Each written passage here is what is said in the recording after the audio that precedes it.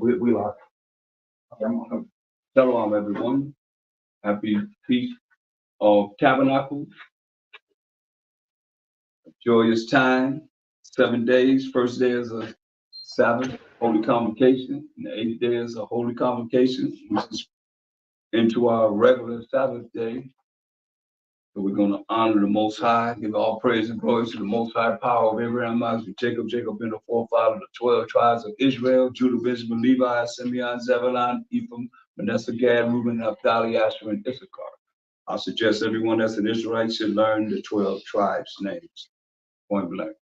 Because the Most High is the power of Abraham, Isaac, and Jacob. Jacob's name was changed to Israel, and he became the forefather of the 12 tribes of Israel. The Most High made his covenant with who?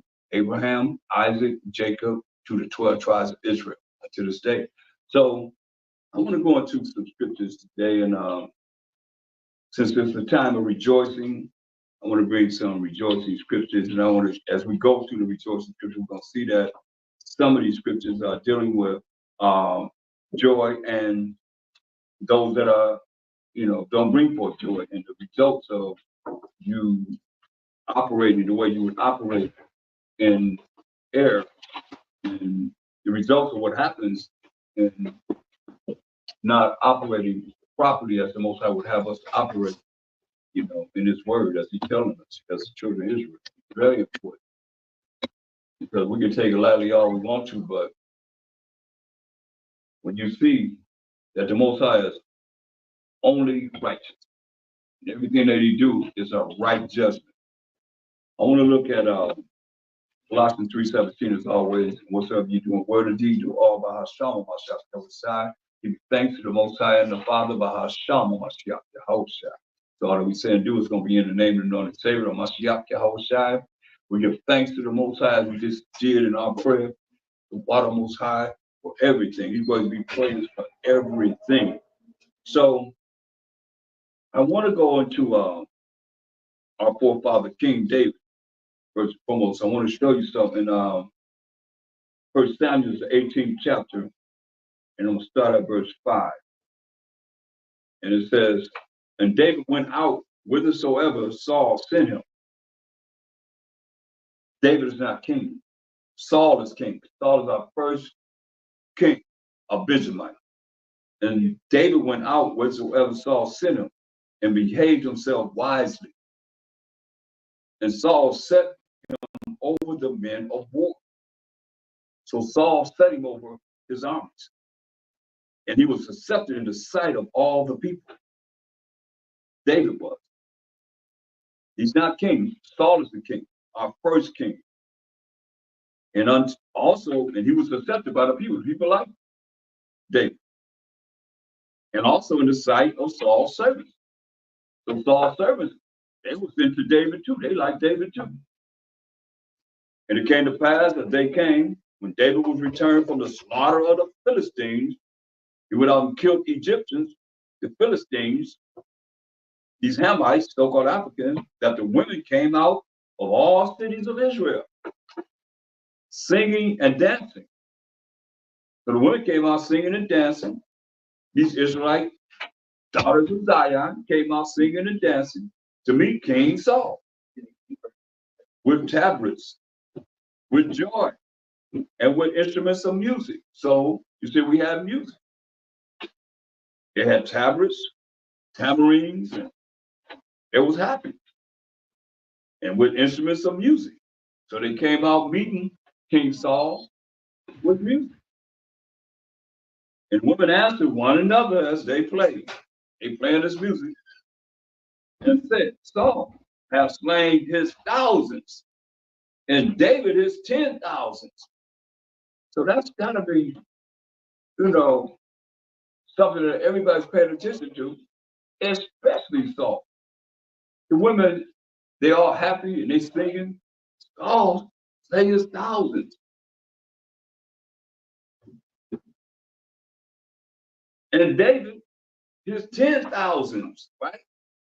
So comparing 1,000 or thousands to 10,000s, thousands is 1,000, 2,000. Gonna take a long time to get to 10,000. It said David his 10,000. But that's 10,000, 20,000, 30,000, 40,000. Well, how long it take Saul to catch up to that? When he's doing 1,000 at a time. You understand?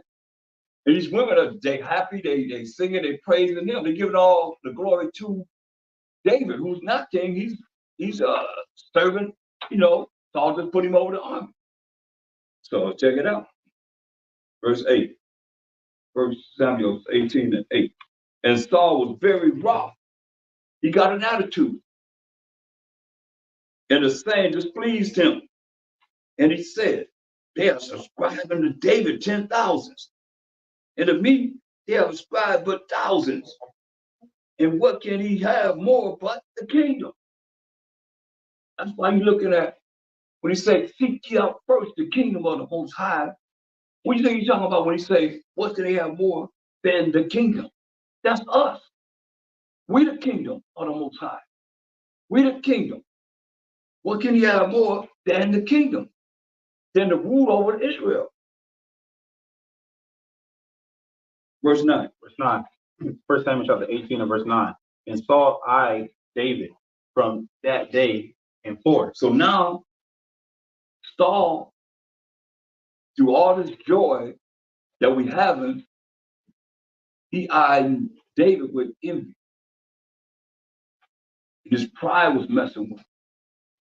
And his jealousy started kicking in. Think about this when the Most High bring forth this next scripture. Read. Verse 10. And it came to pass on the morrow that the evil spirit from the Most High came upon Saul. You hear that? Remember I said the Most High is righteous. He's all righteous. He is not evil. Now, why do you think the evil spirit of the Most High came upon Saul? Why do you think the evil spirit of the Most High came upon Saul? Yes, Joe. He was rewarding evil for evil. So no, it wasn't no evil. We ain't heard no evil yet. Only evil happened was Saul's mind, what he thought. That's it. Everybody else was happy. The women was happy singing, Saul killed thousands, David killed tens of thousands, everybody happy. Except for Saul. You see? Except for Saul. I just told you what he was dealing with. This is out of responsibility. And I said he was what? Jealous. Jealous of David. He was envy of David. Coveting David. You know what I mean? He's doing all these things that's against what? That's against what? The commandments, man. The commandments. Against the law. that evil? Huh? But you said he said evil for evil. Yeah, I mean, like Saul was basically he was doing evil, but like in his mind, so the Most High put the spirit on him. That evil spirit. But that's not evil for evil. That's not what that means. You do evil, then somebody do evil back. That's what that means. Just evil for evil. That's, I think because David didn't do anything. Evil David did not. David was just doing what he was supposed to do. Right. Remember, the women is exalting him. See, that's what you understand. Somebody's being exalted by somebody else. David didn't want to be exalted. He was just doing his job, killing tens of thousands of men. And women acknowledging the fact that Saul only killed thousands, and David killed tens of thousands. There ain't nothing that he done wrong. That's not evil. You know what I'm saying? This is what we're dealing with when you look at jealousy, coveting, and envy and pride. You see? Because Saul got an attitude. Read verse 8. Read verse 7. So you see, I'll show you, I'll explain it clearly. Because I just explained it, I'll explain it again. Read that. Verse 7. And the women answer one another as they played, and said, Saul hath slain his thousands, and David his 10,000. See, the women singing, they got music, they playing, they happy, they joyous. They say you in verse 6, they with joy. So everybody's happy. And they singing these songs, you know. What they say? Saul killed thousands. David killed tens of thousands. That's why I said, how long do it take you to get 10,000 from killing 1,000, then another 1,000, then another 1,000. When David killed 10,000, then another 10,000, then another 10,000. That's 30,000. When you do three times 10 is 30. He killed 30,000. With 3 times Saul, what Saul is doing only 3,000. You see, only a tenth of what David is doing. You understand? That's real. And so Saul's hearing this. The women singing. You know, that's why he said what he said. Read on. And verse 8, and Saul was very wroth. He got attitude. He got angry. Read. And the same displeased him. The same displeased him. Hear that? He got an attitude. What's saying? The women singing. Saul killed thousands. David killed tens of thousands. Go ahead. And he said, they have ascribed unto David 10,000s, and to me they have ascribed but thousands. See that? He's acknowledging what they're singing. He's mad. He got attitude. Read. And what can he have more but the kingdom? See, what can he have more but the kingdom? The people gonna believe in him, and as you know, he gonna be, which happened. He gonna be the king instead of King Saul. Go ahead. And Saul eyed David from that day and forward. And it came to pass on the morrow. Wait a minute, you can't go over that. See, Saul eyed David from that day forth. He started hating David. He started hating on David from that day forth. That's an evil eye. Evil eye, yeah, against him. Go ahead. And it came to pass on the morrow that the evil spirit from the Most High came upon Saul. See, the evil spirit, that's what I said, the evil spirit from the Most High, like you can't exclude the Most High. That's why you got to know the Most High. And the reason why this evil spirit of the Most High came upon Saul, because he was evil. He was doing, that was evil what he done. And when you do evil, you draw evil to you. Straight up. You do righteous, like he said, if you do what I say do, I'm gonna bless you. You don't do what I'm gonna do, I'm gonna curse you. So just the thought, just that thought brought that evil spirit. You know what I mean? Just him thinking that brought that evil spirit of the Most High to him. Because the Most High already know. He already know us. Like I said, he already predestined our life, our days. He already know. Verse 10. And it came to pass on the morrow that the evil spirit from the Most High came upon Saul, and he prophesied in the midst of the house. And David played with his hand as at other times, and there was a javelin in Saul's hand. A javelin. He had a javelin in his hand. David played the harp, which is the piano, vertical. You just take the piano and put it horizontal and put keys on it. That's the harp. That's what David played. That's just what the Most High loved too. Go ahead. And Saul cast the javelin, for he said, I will smite David. Hear that? See that? See, this is evil. He drew that evil to him. He drew the evil to him. So here he is with this evil spirit from the Most High, said, because he drew that evil to him with that thought, with them evil thoughts.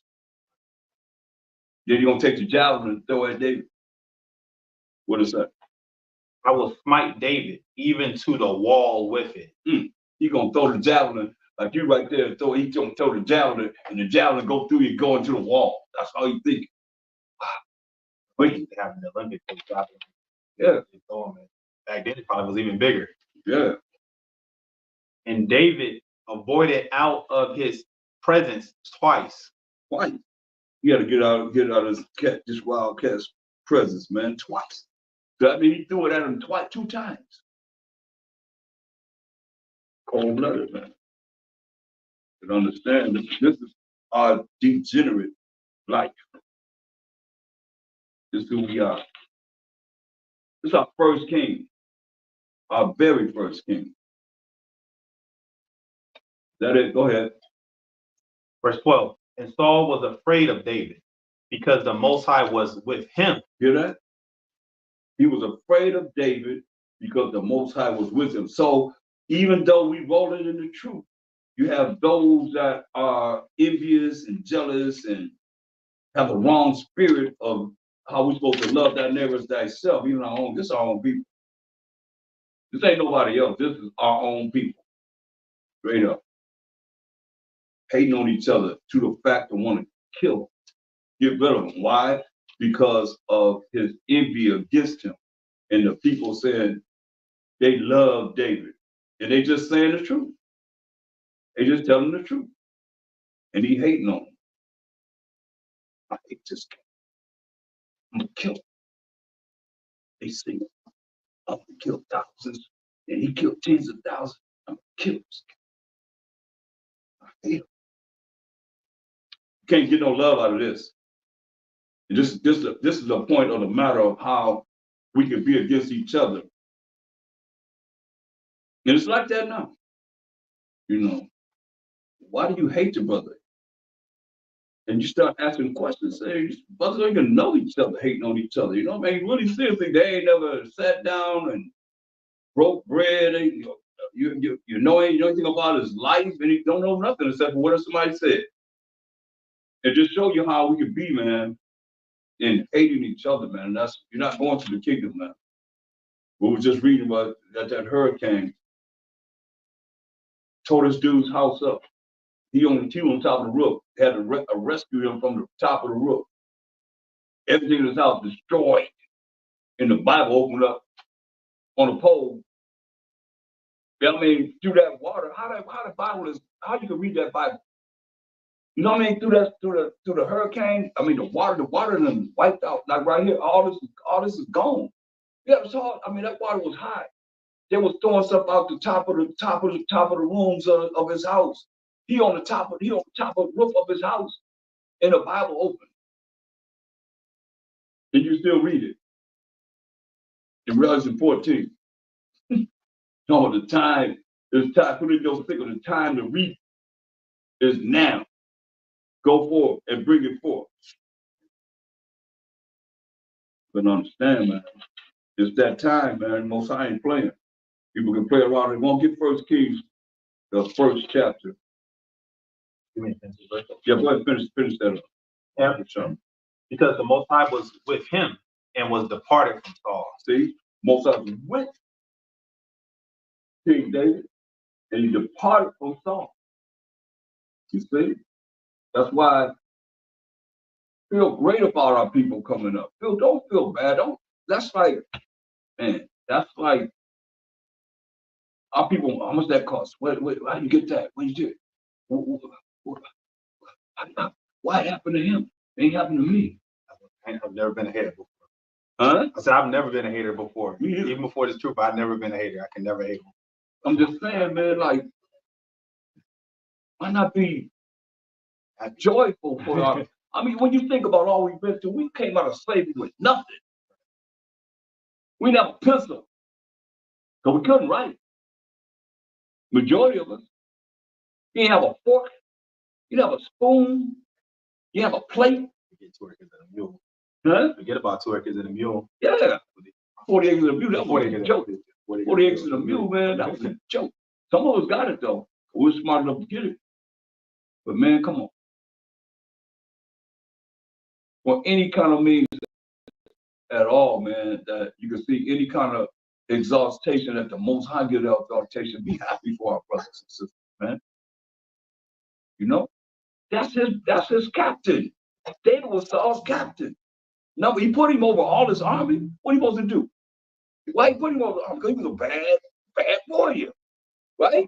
He was able to take care of business and train his mighty men up to be powerful too, man. Shoot, man, it's a story, man, where David said, man, I wish I could have some of that water. The army, the whole army is out there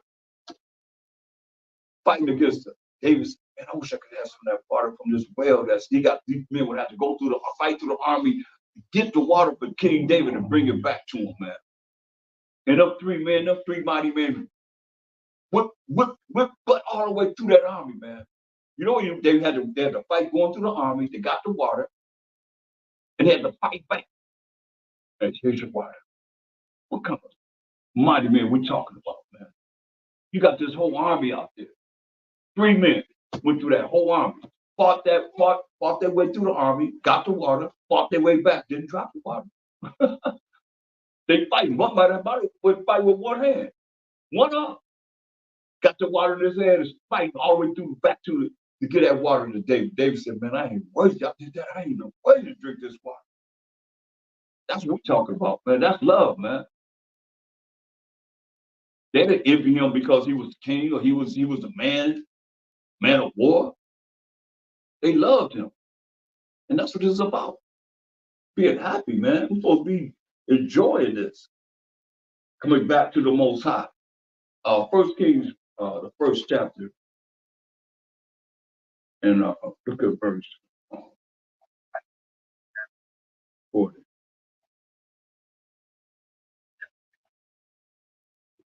Would you mute your Val? We can hear what you're saying.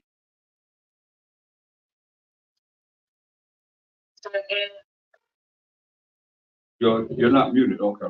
Go ahead.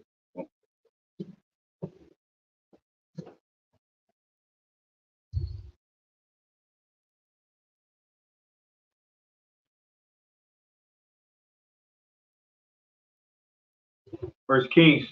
Started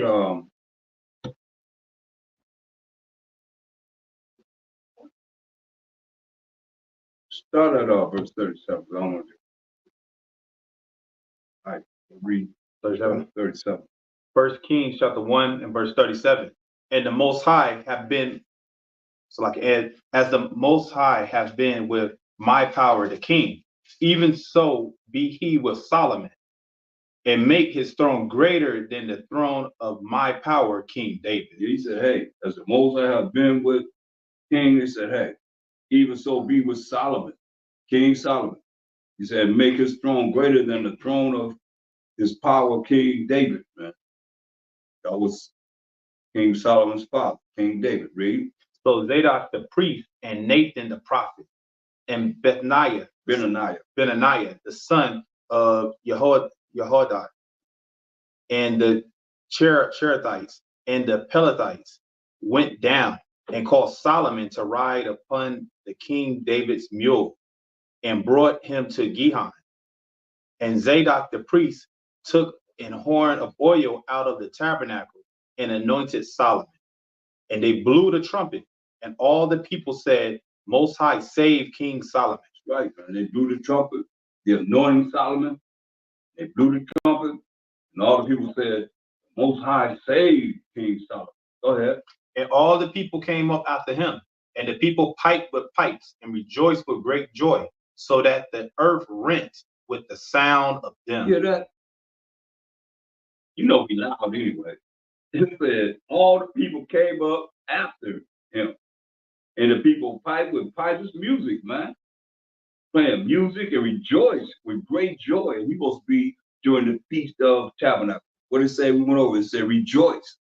So they rejoice and rejoice with great joy. So that the earth rent with the sound of them. You hear that? That's how loud we were having a good time. A lot of times, they were thinking we at war. And we just having a good time, a good party. You know what I mean? It ain't dull and all not energetic. Man, we having a good time rejoicing. Go ahead. And Adonijah and all the guests that were with him heard it as they had made an end of eating. And when Joab heard the sound of the trumpet, he said, "Wherefore is this noise of the city being in an uproar?" He said, "Why is this noise, Joab? Why is this noise that I hear this trumpet, man, being an uproar?" Read. And while he yet spake, behold, Jonathan, the son of Abiathar, the priest, came, and Adonijah said unto him, "Come in, for thou art a valiant man, and bringest good tidings." And Jonathan answered and said to Adonijah, Verily our power, King David, have made Solomon king. And the king hath sent with him Zadok the priest, and Nathan the prophet, and Benaniah the son of Jehoiada, and the Cherethites and the Pelethites, and they have caused him to ride upon the king's mule. Jealousy. See that? Everybody happy. Here comes some cat that just, the wheel is turning 100 miles an hour. Here comes this cat, some wrench, you know, into it. We having a good time. That's why I told everybody, you know, don't let nobody take your joy from you. Say rejoice 7 days. Find a way to find joy in these 7 days. Don't become with this negative spirits, man. Any kind of way. Or you just like them, man. You see this? That's why you see you got the joy, then you got what happens. Here comes somebody just spoiling everything, right? A cloud over their Cloud over their head, right? Right. It's only on them. Cloud over their head, just raining all over them. They want to rain on you. That's the old saying, right? Misery loves company. Misery loves company. And they miserable or they jealous of somebody, and whenever they see somebody come up, it ain't them, then they have a problem. And that's why I went to go to Philippians 2:8. All you New Testament Christians or whatever you call yourself, you know that, and y'all real pride. They real pride. Christians, they real pride to not know the Bible. Con? Right. They real proud not to know the Bible. Philippians 2 and what shout it? Book of Philippians chapter 2 and verse 4. Look not every man on his own things, but every man also on the things of others. Right. So don't look up the things that you have, but look on the things of others. Read. Let this mind be in you, which also in Hamashiach Yahushua. Read it again. Let this mind be in you, which was also in Hamashiach Right. Yahushua. Let this mind be in you, which was also in the Mashiach Yahushua. This mind was in the Mashiach Yahushua. This is how I thought. Read. Who being in the form of the Most High, thought it not robbery to be equal with the Most High. It's in the form of the Most High. He thought it wasn't robbery to be equal with the Most High, meaning he was the son of the Most High. That's what that means. He was a son of the Most High. And they agreed. That's why he said in St. John 10:30, I and my Father are one. That means they agree. So he said in John 14:28, my Father is greater than I. You see, so they're not the same. Go ahead. But made himself of no reputation, and took upon him the form of a servant, and was made in the likeness of men. And being found in fashion as a man, he humbled himself, and became obedient unto death, even the death of the cross. See that? So he humbled himself, meaning he didn't go around trying to exalt himself, trying to be somebody in hell. Was not he in hell? If we in hell, wasn't he in hell? In the Roman Empire? I think so. He said, the children of Israel suffered violence, and the violent take it by force, which they did in 70 AD. We fell by the violence. So let this mind be in you that said, I was in a Mashiach Yahushua. First Chronicles 12. A little bit of our story, how we were. Okay, it's not, you know, and it's at the same time, you know, it's very beautiful that you see we having a good time and here comes somebody spoiling it. First Chronicles 12.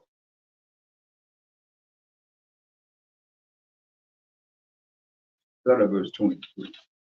First Chronicles chapter 12 and verse 23. And these are the numbers of the bands that were ready, armed to the war. You know that? Bands mean armies. Armies. Read it again. And these are the numbers of the bands that were ready, armed to the war. Armed to the war, man. Ready for war. The army. Ready for war. Go ahead. And came to David, to Hebron, to turn the kingdom of Saul to him, according to the word of the Most High. Yeah, because Saul didn't do what the Most High said do.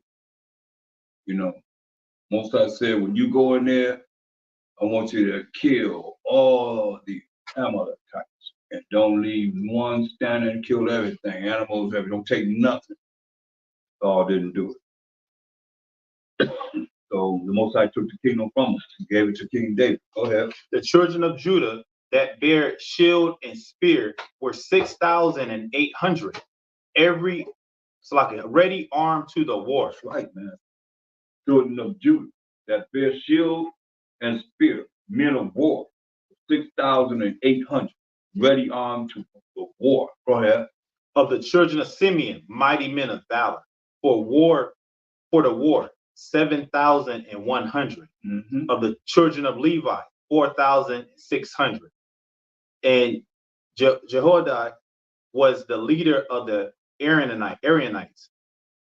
And with him were 3,700. Yeah, of the Levites.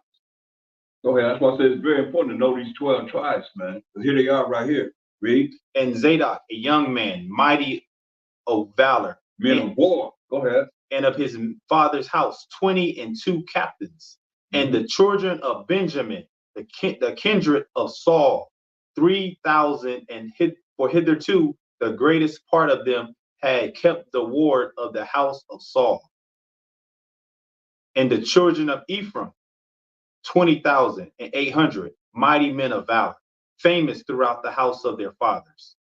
And of the half tribe of Manasseh, 18,000, which were expressed by name to come and make David king. And of the children of Issachar, which were men that had understandings of the time, to know what Israel ought to do.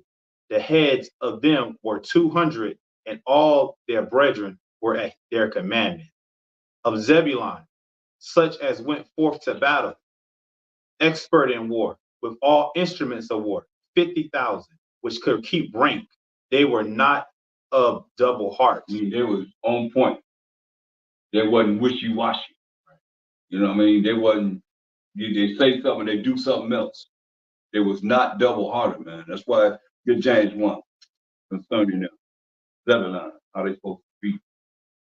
Can they be that way now? Hopefully.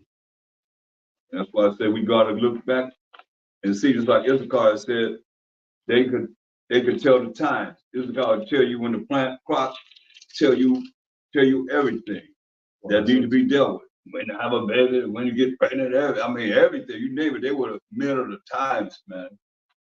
Most like blessed them with that. Start verse 6. Yeah. James chapter 1, verse 6. But let him ask in faith, nothing. No, you gotta read 5. Okay.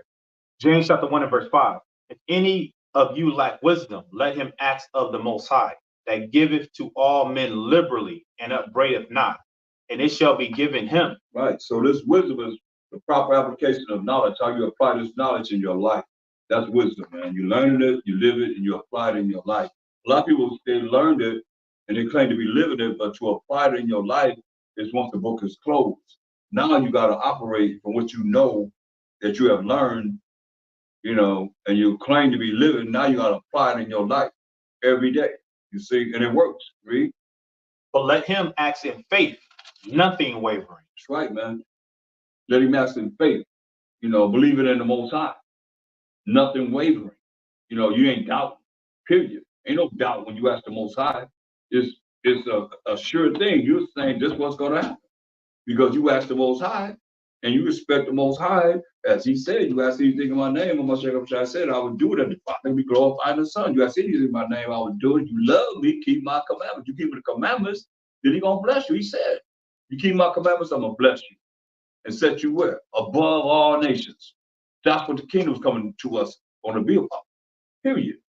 You know, anybody don't like it, they got to take it over to the Most High, because he's the one who said that. He's the one that's operating to the point where it's going to happen, whether we like it or anybody else don't like it. It don't matter. You got to take it over to the Most High. And when you take it over with him, remember the last hurricanes he just brought on this earth. When you take it over with him, remember the hurricanes that had tornadoes in them. That's him. Just remember that. He said, you're going to be visited of the Most High. It's a fearful thing to fall in the hands of living power. That's why I put it in his hands. Everything. As you say, hey, he put an evil spirit on King Saul once he started thinking evil against David. Most High know who's coming next. You say he don't know? Think the Most High don't know what's happening tomorrow? Does he know what's happening next month? Does he know what's happening this year, years to come? He already know. They already know what's happening. Read. For he that wavereth is like a wave of the sea, driven with the wind and tossed. Like a wave in the sea, man. You go this way, that way. You're not sure, man. You know, like you're not a man of your word. You don't know whether or not you say something, they're gonna do it or they're not gonna do it. You know what I mean? And that's you only have your word. You like a wave in the sea, tossed this way, tossed that way. You hear somebody say. That's a lot of people to the truth right now. You look over here, look over there, you're looking over here. You say, oh no, I don't believe that. I believe what they say. Okay, now you right to that down. Then they say something you don't like what they say. Now you over here looking at somebody else. You right to what they say down. But they don't believe the same way as the last person, people you was with, or they don't believe the same people that you looking at around on YouTube. You got a means to be able to come with a whole nother doctrine, whole nother belief that this Bible is not talking about, period. And some doing it just to satisfy the people. And I say that for real. Because you can't be no spiritual Israelite. Show me that. You could be a spiritual Israelite. I did that lesson on, can I be a spiritual Chinese, a spiritual Japanese? I did a lesson on that.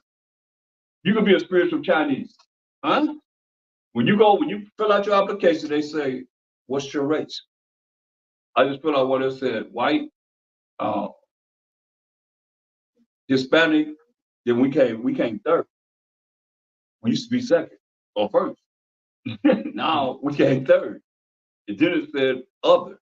Then it say, you don't want to mention it, something of that nature. You know what I mean? Like, other is what? You know what I mean? Like, you don't really know. That's the world we in now, man. Go ahead. Verse 7, for let not that man think that he shall receive anything of the Most High. You wavering? And people praying all the time. I prayed, but they wavering. How you gonna pray and doubt? Explain that to me. I don't understand that. I never understood that. And after you prayed on it, you prayed on it now. After you pray, you doubting the Most High. I don't know. I don't know, yo. I don't know. You prayed on it, but then still here you are negative about what you prayed about. Make that make sense, yo. That's wavering. That's why I said what? Read that, verse 7. For let not that man think that he shall receive anything of the Most High. I mean, that's clear. Do that need to be broken down? You wavering?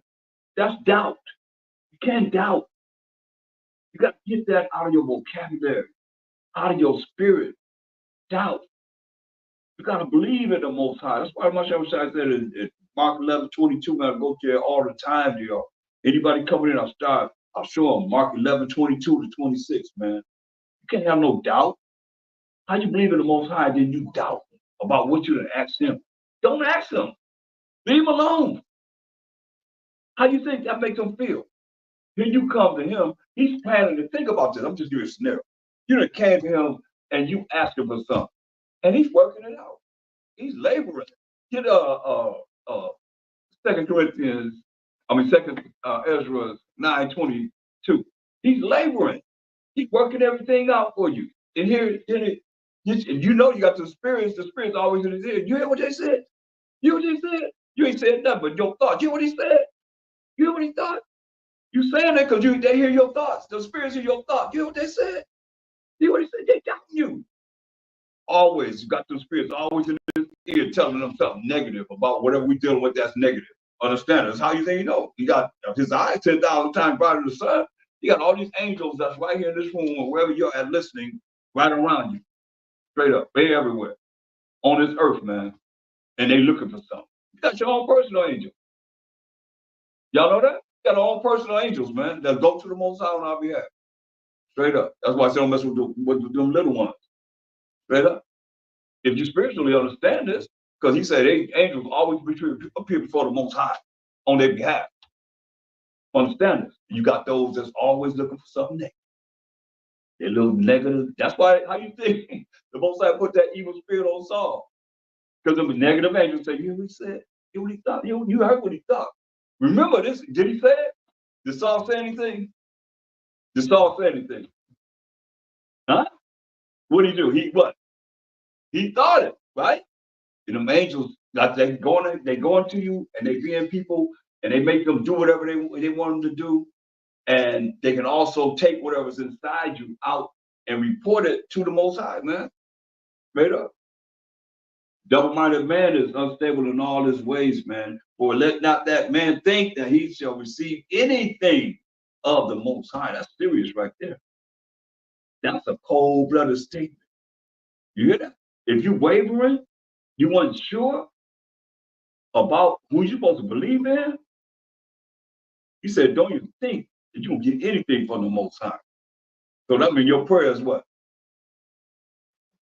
Huh? That's not gonna be heard. Not gonna be heard, man. Your prayer is not gonna be heard. And somebody that's always double-minded, they always go to that wicked relative or that wicked friend that's gonna make them doubt even more. Or they always looking for somebody to be on their side. Right. They negative, they always looking for somebody to be on their side. You with me? Yeah, right. You hear what I'm saying? Right. You understand me? Like brothers, they be trying to find somebody to go with them. And when you go against them, keep it real, then now you hate them. Yeah. Or they don't want to deal with you no more. Yeah. You know? But I say that, oh, yeah, you said it. Oh man, I thought you was my boy. I thought you was gonna lie for me. No. Why? Because Revelation 22:15. Come on. Come on, man. I thought we was my boy. You supposed to go down together, man. We all together. We are together. Now you can go to hell any way you want to. Don't try to take me with you. What is that? Revelation chapter 22 and verse 15. Because you'll get used to doing that. You get a reputation like that, you believe those spirits will come back at you again. Yes. Yes, man. Yep. Will come right back at you again. Read that. For without are dogs and sorcerers and whoremongers and murderers and idolaters and whosoever loveth and maketh a lie. There it is, man. When you'll be telling that lie, they'll come back to haunt you. And you be like, you got to remember the lies you done told. Somebody remember what happened, and they confront you about what happened. Now you're going to tell the truth. No, you lied. They're going to realize you lied. Because you got to remember every lie. You know, lies, you got to remember all this lie, that lie, this lie. Ain't no lies going to the kingdom because he said, you love it and make up a lie. And they're going to make you lie because you lied in the first place. You got to continue to keep that lie going. Kind? Yeah. Read on. Go back to First Kings. No, it's First Chronicles. You know my second Ezra? Yeah, read second Ezra first. Second Ezra chapter 9 and verse 22. Right. Let the multitude perish then. He said, let the multitude of people perish then. This the Most High. But he loved everybody. What did he say? Let the multitude perish then. He said, let the multitude of people perish then. Read. Which was born in vain. That's a heck of a statement. That's a heck of a statement. He said the multitude of people was born in vain. They ain't even worth, being born. Y'all hear that? Born in vain. Read. And let my grape be kept in my plant. For with great labor have I made it perfect. He said, let my grape and my plant be kept. For with great labor have I made it perfect. He's laboring to make us perfect, man. And here we are trying to find a way to be displeased with each other, always dissecting each other. For what? We all got a common enemy. But here we are dissecting each other and looking for fault in each other instead of trying to build our brothers up, man, and make them be the best they can be.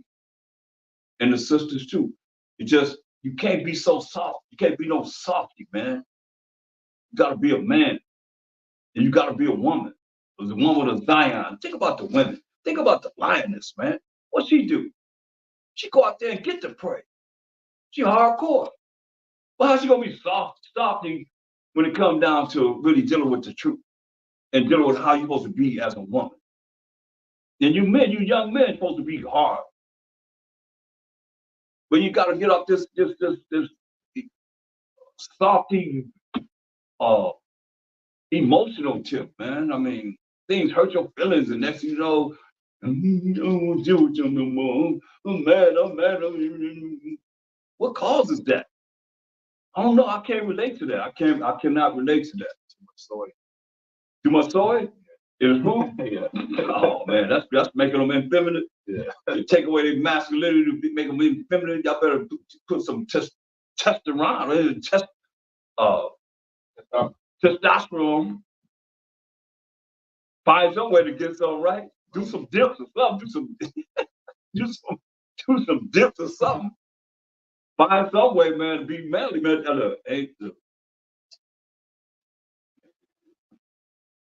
Get First Corinthians 6 and 9. Y'all better understand, man. It's a time of rejoicing. It's a time to get ourselves right too. Man, y'all tripping, man. I know from just coming up in the truth to learn the truth. All that was happening to do as far as the Hebrew Academy and so forth, man. What we had to do. Like I was telling y'all, like at one time we was working out and it was blazing hot, almost 100 degrees seemed like. And we had to stand, we were standing up and we had to fall out on our knuckles. It was glass. We had to do push-ups. While your knuckles is bleeding, your knuckles, whatever. And they burn it up. They burn it up, plus they cut. Down, up, down, up, down, brother. I would have did that. I just left. Yeah, you would have left. You wouldn't have got the truth. But it made men men. You know, it made us hard. What no feminine men don't do that. When you finish with what you were showing about what you had to go through, right? You had to go through it in the service. You know what I mean? Right? Or in the end, you're gonna be what? Kicked out. Straight up. You had to make it through, man. So how are we gonna be any different? Harder, man. I mean, you had to go through a lot and endure. That's why he said this. Read that. 6:9, You said 1 Corinthians 6 and 9? Yeah. 1 Corinthians chapter 6 and verse 9. Know ye not that the unrighteous shall not inherit the kingdom of the Most High? See, the unrighteous, man, I mean, those that don't keep the commandments and the laws of the Most High are not going to inherit the kingdom of the Most High. Read. Be not deceived. Don't let nobody fool you, man. Don't let these lies that's been told in this world over and over again deceive you. Read. Neither fornicator, nor idolater. Idolaters, those that don't believe in the Most High, got all these other gods, as they call them, or spirits that they dealing with. Read.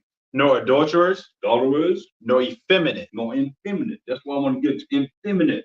That's effeminate for young men to not be men. You know, y'all strong as ever, but when it comes down to what you got to deal with and manning up and not being feminine like a woman, it's a woman a weaker vessel. Well, how come we got to be, men got to be soft? Now read that. This is from Adam Online. Effeminate, womanish. Womanish, hear that? Womanish. Is it because of women? Most of the women don't have a husband, so they raising these boys to be, and a boy looking at her like, what do we know? What do we know? Okay, you got to give them to the uncle, this, that, and that. That's now and then. But man, most of the time in their life, they were around that woman. Womanly. Man. They used to say mannish, and they say womanish. What they say in feminist? Womanish. Womanish. That used to call women that. They call girls that. They say your boy is mannish and a little girl is womanish. But these are men that is talking about. Effeminate. What it say? Womanish. Tender. Tender. See? Tender, man. Come on. Well, didn't we used to be tender and delicate? Nah, ain't that type of tender. We're all tender, huh? Yeah. Of course, man. That's what we cared about each other. Right. We loved each tender, other, like man. You touch somebody like that. Tender. Tender. I mean, it's like you got to look at how women, they're real sensitive. They could be real sensitive and touchy, about the littlest thing, right? But men are like that. Next thing you know, they ready to kill the brother. You know what I mean? A lot of them. That's why you look at the wars that we have against each other, man. What is it about? You did this, okay, I'm gonna get you. Straight up. They emotional. That's emotions that make you do that. You know, you can't suck it up. You can't be a man to suck it up and work this out. Or you talking to your brother and here it is, you're gonna put it on all social media of your hate. Come on, man. Isn't that Willie Lynch? Isn't that religious instruction to the Negroes, United States of America? Is that Stockholm Syndrome? We hating on each other? For what? You can pick up a call. If any of you seeing my video right now, wherever you seeing us doing what we dealing with, you mean to tell me you can't comment in this video and say, I want to talk to you? You know what I mean? Like any video, you seen it on social media, and if you got that much of a problem with me, I'm not hard to find, right? I'm not hard to find, or anybody else that's in this truth. For that matter, especially if you see a video, you just get in touch with them and do what the law says, man. Do what we're told to do. You know, instead of blasting on each other, man. They sit back laughing at us, man. And we the light of the world. At any day, we the light of the world. I don't care if they do it or not. They still got power in this word, man, with the Most High, man. Called to be able to do what we do. We make mistakes, yeah. We all make mistakes. That's something that we don't need to be putting out there. I don't think so. Unless somebody can prove me wrong. You know, Master always tried to make himself a reputation. He cared nothing about this world. Man, he said, this a wicked, evil world. So why I gotta be going off in front of everybody and showing ourselves, like they say, throwing your dirty laundry out there, man. I'm sensitive, just that and the third. Come on, man, we can't be like that. Man up. How you gonna be like women? That's what it say. Woman. That person didn't say what? Read that. What's the first thing in feminine says what? Womanish. Womanish. But you're a man. But you're gonna be womanish. And then women want you to be womanish. These women now, they want you to be womanish. Be like us, be like me. How the hell you gonna be a man and you gonna be like a woman?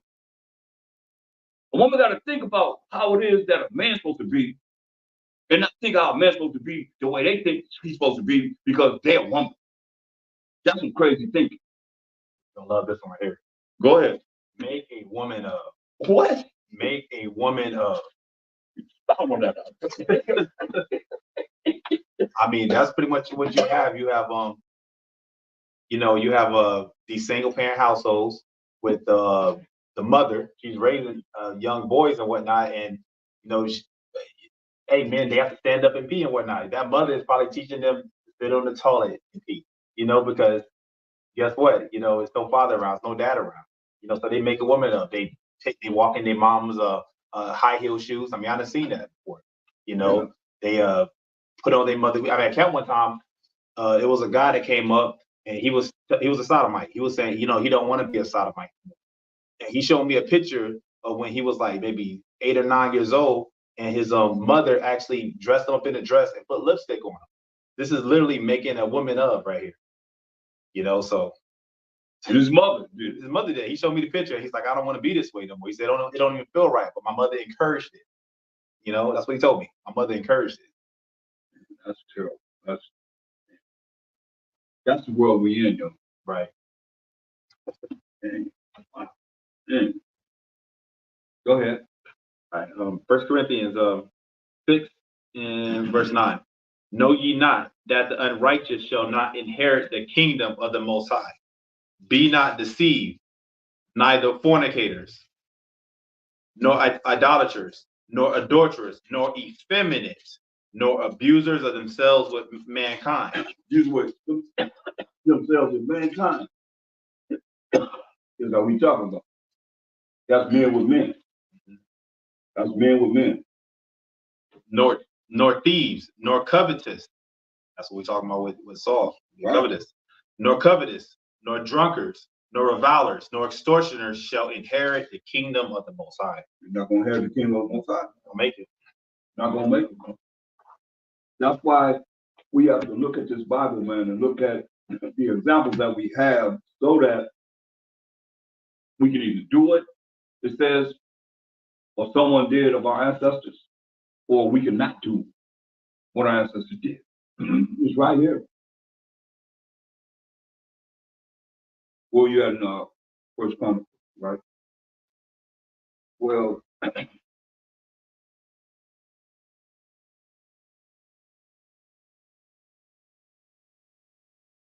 So we have a lot of examples here, and it's beautiful when you look at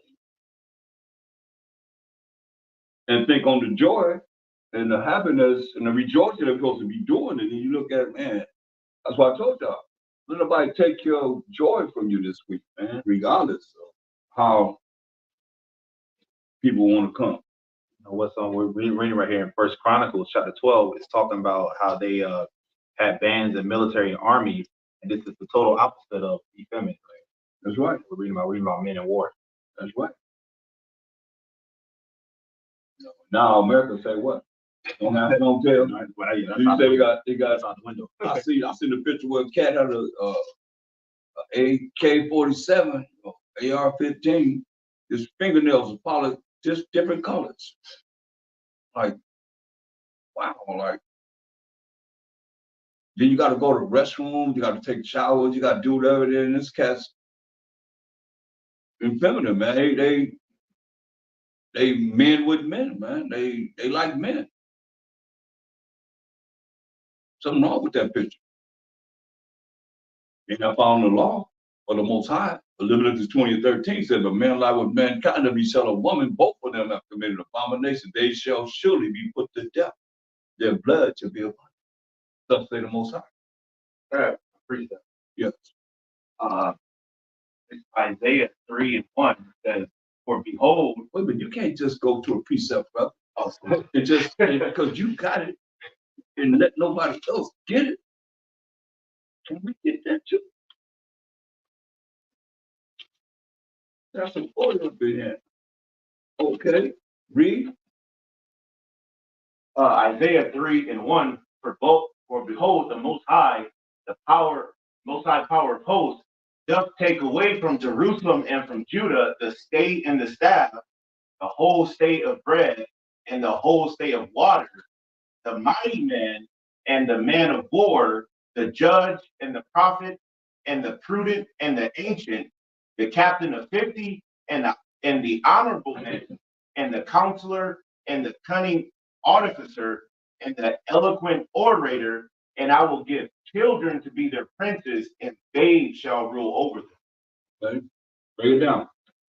Right. So what Sadiq was saying, going back to First Chronicles 12, where we had all these mighty men of valor, mighty men of war, and we don't have that today because the Most High took it away. And the reason why we had it in the first place is because He gave it to us. So He gave it to us, took it away from us, and now we can see the difference between what we used to be and what we are now. That's right, man. We're a bunch of mess. Yeah, I mean, two men with beards, holding hands, eating ice creams together, and doing all types of madness. That's not crazy. Yeah. It's madness, right? Madness, man. There's a scripture where it say, if Most High to leave it rendered, we all be like it to Solomon, like it to Gomorrah. That's for right now. Think of this stuff.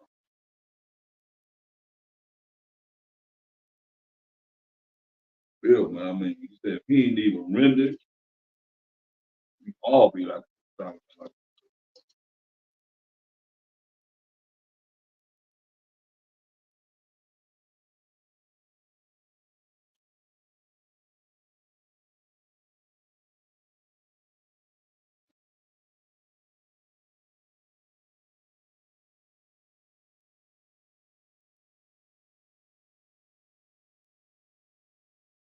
Isaiah 1:9. 1:9.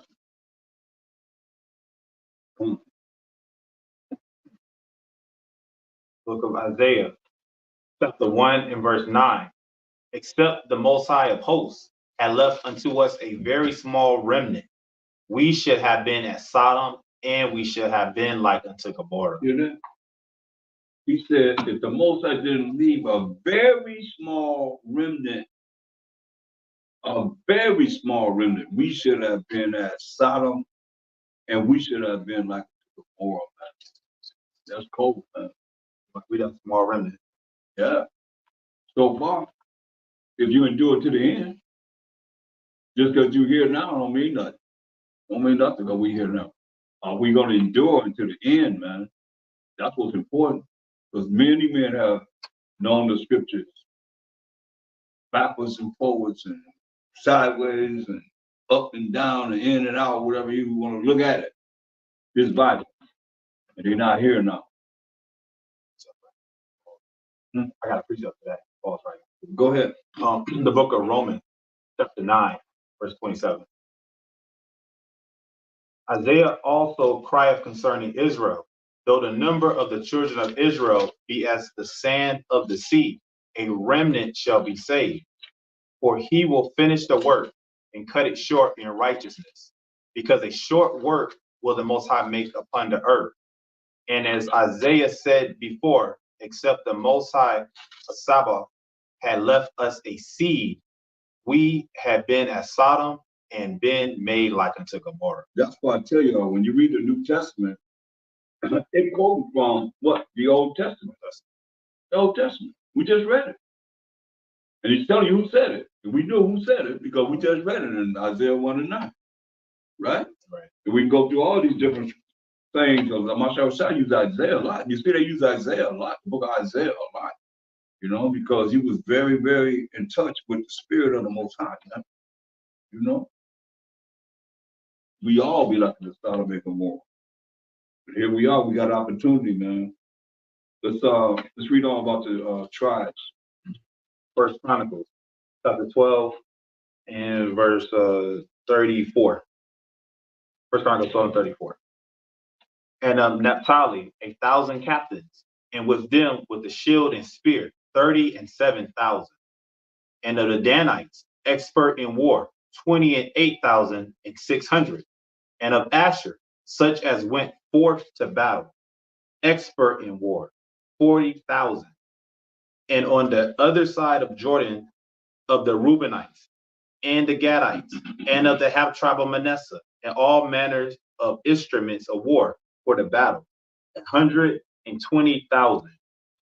120,000. Read. All these men of war. All these what? Men of war. All these men of war, man. We have men of war, man. We're supposed to be men of war right now, spiritually, on another level. Read. That could keep rank. That could what? Keep rank. That could keep rank, man. And not break their rank. Know how to march, know how to deal with being together, man, as one. Go ahead. Come with a perfect heart to Hebron. No, read it. Didn't say come. Salakia. And these men of war that could keep rank came with a perfect heart to Hebron. Yeah, they came with a perfect mind. You know, they were following 1 Corinthians 1 and 10. Read that. 1 Corinthians 1 and 10. They were following this without a shadow of a doubt. The book of 1 Corinthians, chapter 1 and verse 10. Now I beseech you, brethren, by the name of our power, Hamashiach Yahushai, that ye all speak the same thing, and that there be no division among you, but that ye be perfectly joined together in the same mind and in the same judgment. That's right, man. And what we're going to be joined, perfectly joined in the same mind, the same judgment. Read it again. Now I beseech you. No, verse 38. Okay. First Chronicles 12. First Chronicles chapter 12, verse 38. Mm-hmm. All these men of war that could keep rank came with a perfect heart to Hebron. A perfect mind to Hebron. All together in the same mind, the same spirit. Read. In the same judgment. Read. To make David king over all Israel. And all the rest, and all the rest also of Israel were of one heart to make David king. That one mind. They all had the same mind to make King David king. Read. And there they were with David 3 days, eating and drinking, for their brethren had prepared for them.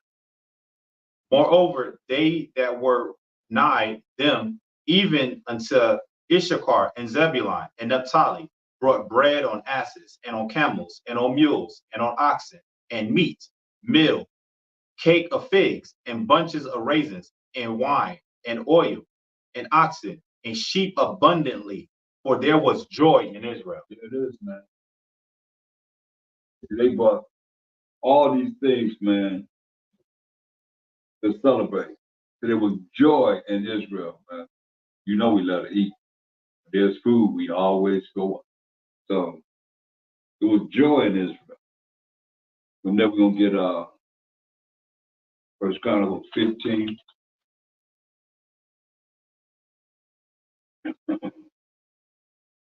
And 16.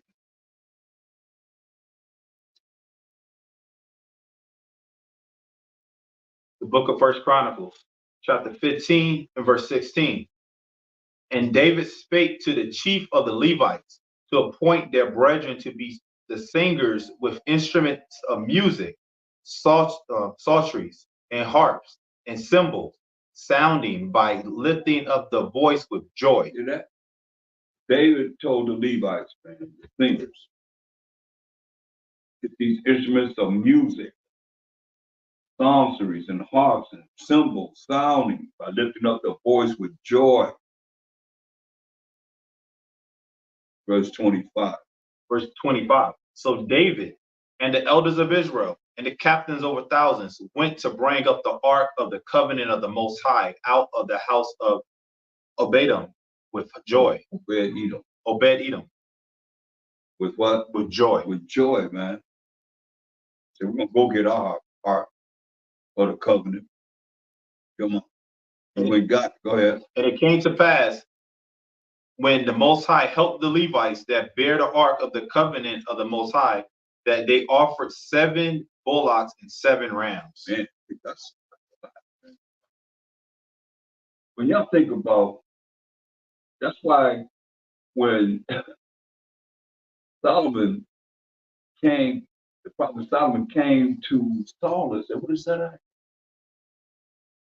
And he had saved the king of the Amaleks. He went over there and chopped him up. He chopped him up. How much does it take? We talking about bullocks, you know, it was larger back in the day. It was larger, so all the animals, everything was bigger. They chopping through bones. They chopping, chop, chop, chop, chop. 7 bullocks and 7 rams. A thing of bullock got to be this big, just wide, right? Coming back, man, they would put some work in, man.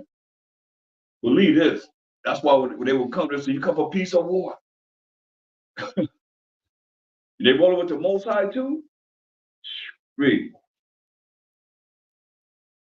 Verse 27. Verse 20. Verse 27. Glory and honor are in his presence. 15. First Chronicles 15, Okay. 27. First Chronicles 15 and 27. And David was clothed with a robe of fine linen, and all the Levites that bear the ark, and the singers, and Chaniah, the master of the song with the singers. David also had a ruler, God. And Chaniah, the ruler of the song with the singers. David also had upon him an ephod of linen. You know? Decked out, man. Fine linen, man. And an ephod of linen. Read.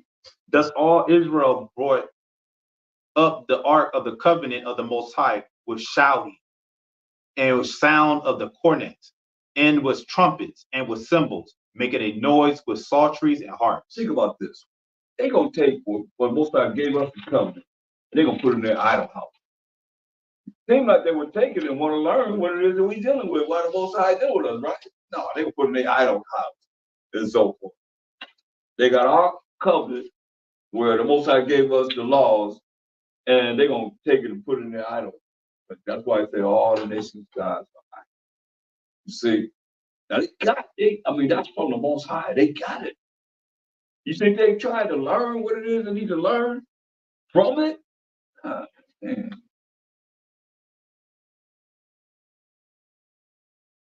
You see, read verse 28. Verse 28. Thus all Israel brought up the ark of the covenant of the Most High with shouting, and with sound of cornet, and with trumpets, and with cymbals, making a noise with psalteries and harps. I mean, they're making music. loud when they saw it, they didn't know what's going on. Joe had to know what's happening, man. What's the noise about? What's all this noise about? We be having a good time being loud with music, man, and singing. And I mean, we can't imagine this, man. You know how we sing, man. I mean, it was better than what we can hear now in oppression. We're not in oppression under King David. Understand this. He putting all nations under subjection to Israel. So we happy. You know what I mean? We not in captivity. We're not in captivity here. Not when King David ruled. Y'all understand this? This is another world. This ain't like the world. And Solomon had peace for 40 years. King David, he had war for 40 years. But King Solomon had peace for 40 years behind what King David did and subjecting all these nations, beating them down. Beating them down, man. Psalm 83, 89, and 22. Man, they fulfilled all the ways of the Most High. We had a means to be able to, you hear it, we was joyful because we was enjoying ourselves, man, except for these negative people that don't want you to be happy. But they miserable. They want you to be miserable with them. What's wrong with you? Why you smiling? Why you what you happy about? Like right now, you know, surely a wise man, surely oppression make a wise man mad. So you're gonna stay down and out, down and out. What the Most High say? They want to fast on the tabernacles. Right. Right. Go ahead. Read it. What the Most High say? Psalms 89 and 23. Uh-huh. And I will beat down his foes before his face and plague them that hate him. Hear that? Read that again. You know what he said? And I will beat down his foes before his face and plague them that hate him. Right. They're gonna beat down your enemy before his face and plague them that hate him. That's beautiful. That's why the Most High said, the Most High said, David was a man after my own heart. I think it's Acts 17, 13.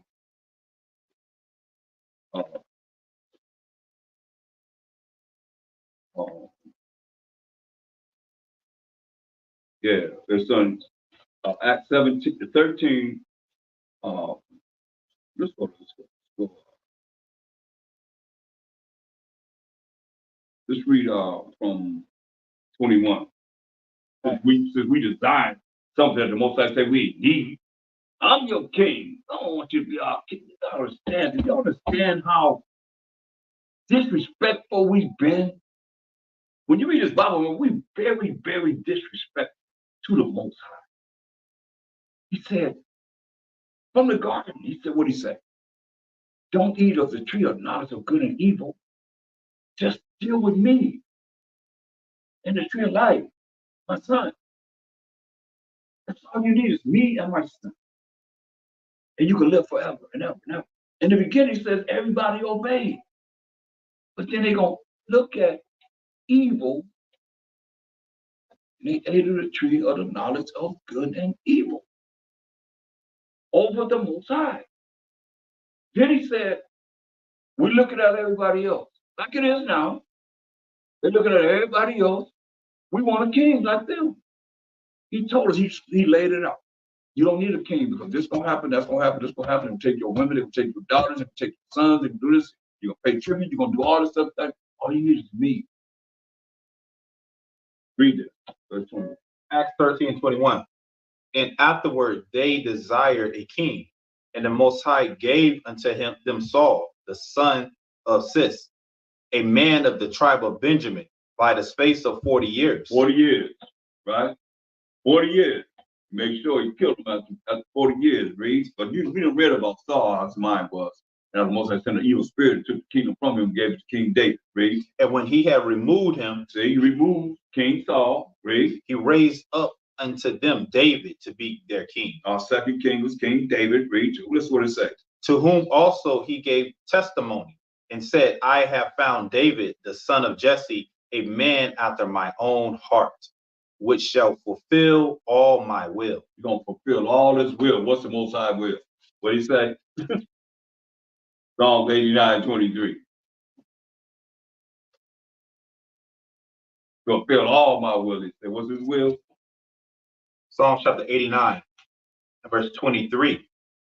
And I will beat down his foes before his face and plague them that hate him. That's right, man. That's the Most High. That's the First Chronicles 15 and 25. If you read no, I want you to read verse 28, 29. We got to get into it because you need to go into this. It's very important. So read that. First Chronicles chapter 15 and verse 28. Thus all Israel brought up the ark of the covenant of the Most High with shouting, and with sound of the cornet, and with trumpets, and with cymbals, making a noise with psalteries and harps. Right, so they're having a good time. We singing, we got music going, you know. We having a good time. Now we having a good time for the Feast of Tabernacles. The saints say rejoice. So they having a good time, man. They done got the Ark of the Covenant back. Come on, you know they're rejoicing. That's a happy time. But read on. And it came to pass, as the Ark of the Covenant of the Most High came to the city of David, that Michal, the daughter of Saul, looking out at a window, saw King David dancing and playing. And she displeased him. And she despised him in her heart. Yeah, so she looking out a window and seeing King David having a good time. And she despised him in her heart. This is Michal, who? The daughter of who? Saul.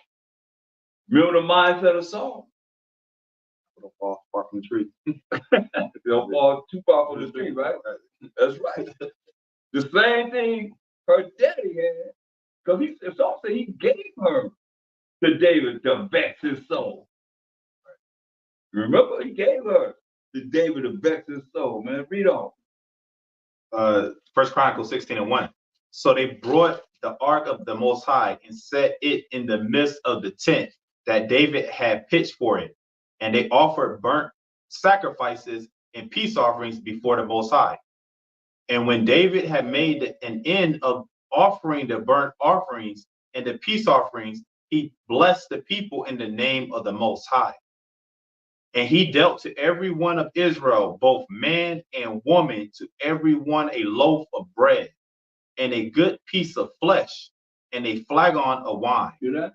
He gave them some bread, some meat, and some wine, the yayan, to feel good. They would eat it.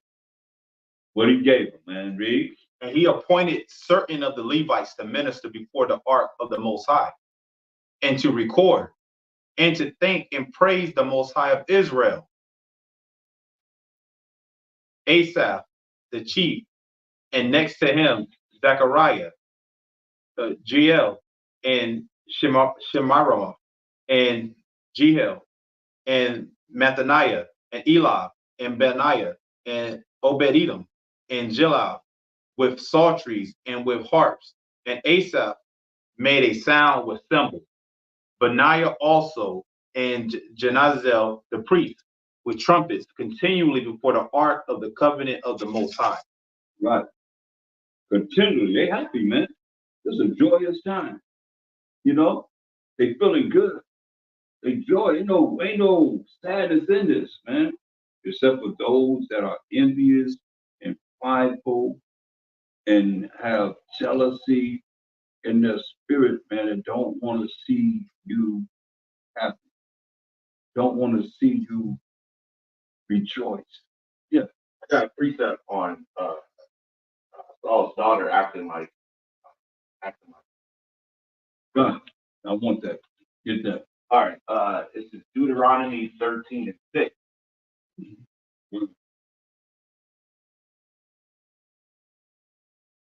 Go ahead.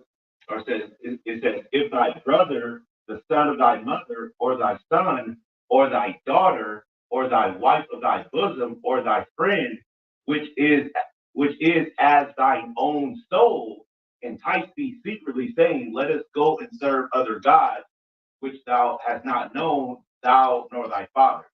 The part I was focusing on, which says, your daughter is as thine own soul. Mm-hmm. Right.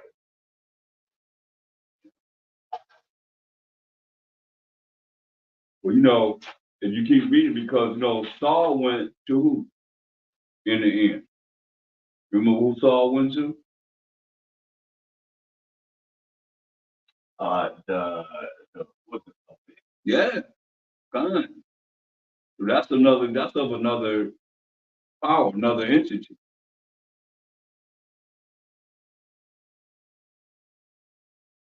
Read verse 7. Verse 7, namely of the gods of the people which are round about you, nigh unto thee, or far off from the one end of the earth, even unto the other end of the earth. Right, man. That's what we're looking at and dealing with what it is that these other nations have. Because remember, all the gods of the nations are what? Idols. So they go into dealing with certain, that's why the Most High gave us certain things that these other nations were dealing with, like familiar spirits, you know, demons and idols and so forth on the left-hand side. That's all they have to deal with. They don't have the Most High or Mashiach side to do it, because the Most High said, what? You only have I known of all the families of the earth. In Amos 3 and 2, right? Therefore, I will punish you for all your iniquity, right? So you don't know them. So they can't really, that's what I said about the Ark of the Covenant. They can't take it and just learn it. You know why they can't? And part of Israel can't, because of the fact of with Solomon 5 and 7. In the end, when salvation come on the earth, they're going to say what? We reared ourselves in the way of what? Wickedness and destruction. Yeah, we've gone through desert where there ain't no way, but that's for the way of the Most High of Mashiach Yahushua, we have not known it. You see? That's in the end of the world that we are now. They're gonna say that. So you have those wicked Israelites, and we see like Saul was wicked in the end. You see? Not in the beginning, because most I would have chosen, but he went off. You know, David messed up, but the Most High forgave him. You see? That's why you see the Saul, he crying all the time, man, to the Most High. He repenting all the time. You know, he had war 40 years. King Solomon, he messed up in his old age. You know, in his old age. Messing with what? These other heathen women and dealing with their gods. And Most High told us this was going to happen. See, certain things are told to us. That's why we're reading the examples of how not to be, and we're reading examples of how to be. You see? Because it's right there. Somebody else did the same thing. Somebody else did the same thing. What happened? Most High jacked them, or Most High blessed them. That's the only choice you have. You're going to get blessed, you're going to be cursed. Point blank. That's how the Most High wrote. You righteous, He going to bless you. Deuteronomy 28 and 1 and 2. That's what he said. Don't get no clearer than this. Book of Deuteronomy, chapter 28, verse 1. And it shall come to pass, if thou shalt hearken diligently unto the voice of the Most High thy power, to observe and to do all his commandments which I command thee this day, that the Most High thy power will set thee on high above all nations of the earth. There it is. And that's what the kingdom of heaven is about right now. Us coming back to the Most High, learning about him, doing what we need to do to please him, talk about him, be about him, so he can place us above all nations on earth. This is what's going to happen in the kingdom that Mashiach Shai get ready to come and set up a righteous kingdom. He's going to set Israel above all nations of the earth. But we working on it right now, you know? In righteousness, though. Verse 15, that's the blood. You read verse 2. Verse 2. And all these nations shall come on, and all these blessings shall come on thee and overtake thee, if thou shalt hearken unto the voice of the Most High thy power.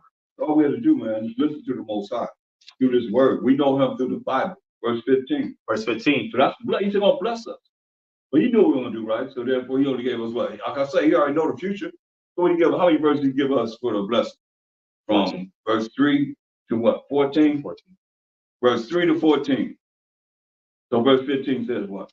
But it shall come to pass, if thou wilt not hearken unto the voice of the Most High thy power, to observe to do all these commandments and his statutes which I command thee this day, that all these curses shall come upon thee and overtake thee. All these curses, man, will come upon us and overtake us. Straight up. So when you go down from 16 all the way to 68 are the curses. So if you're gonna bless us, why we don't have more blessings than curses? Daniel 9 and 11. Because this is what happened, man. Over and over and over and over again until this day. If we don't get it together, man. You understand what the Most High want us to do? Read that.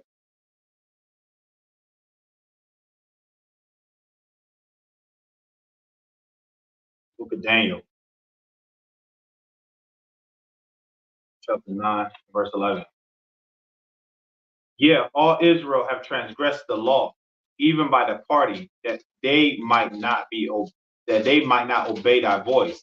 Therefore, the curse is poured upon us, and the oath that is written in the law of Moses, the servant of the Most High, because we have sinned against him. Right. We have sinned against him. Look, what? Get Psalm 16. Book of Psalms, chapter 16. Read verse 4. 16 and verse 4. Their sorrows shall be multiplied that hasten after another God. Their drink offerings of blood will I not offer, nor take up their names into my lips. You know? So think about this. Especially people that's dealing with other religions and so forth. The Most High didn't give us religions. Hope y'all know that. He gave us laws, statutes, commandments, and judgments. But it's telling you, think about this, man. You praying to the Most High best you can. The Most High said, your name not even going to be entering to his lips. To say your name ever come out of his lips, man.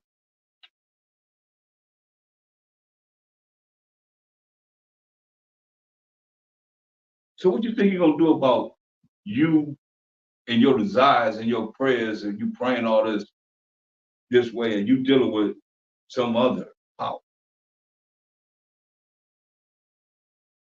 What religion is keeping the moral laws, the civil laws, the dietary laws, the ceremonial laws, and teaching of the sacrificial laws that thou can say. The Most High wrote those laws with his finger. He gave it to us. And anybody can read those laws and change.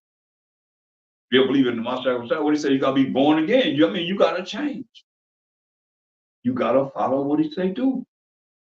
Or you dealing with something else.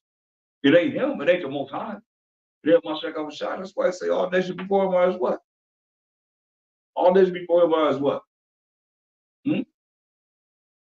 Nothing, right? Nothing. And be like unto less than nothing, but be like unto what? Little. Why do you think you say that? But yet still, we gonna follow those that are nothing. And what else? What they nothing? They what? What are they? Yeah. No, we was talking about that. We just talking about coming down the driveway. They what? They are what? What we experienced in the Walmart today, man? Come on. We feel when food. Yeah, come on. No people, and food is nice. Yeah, it is. Straight up. We seen it, didn't we? God. We experienced that. God. Straight up. Right? God. I mean, come on, man. You gotta understand, man. Most times you showing up and showing out for like you no doubt about it. Right in our face. Right in our face. Right in our face, man. Read Psalm 16 and verse 8. The book of Psalms, chapter 16 and verse 8. I have set the Most High always before me, because he is at my right hand. I shall not be moved. Okay, read it again with a Mashiach Yahushua. I have set Hamashiach Yahushua always before me. And the reason why I say that, get Psalm 119, 110 and 1. Psalm 121.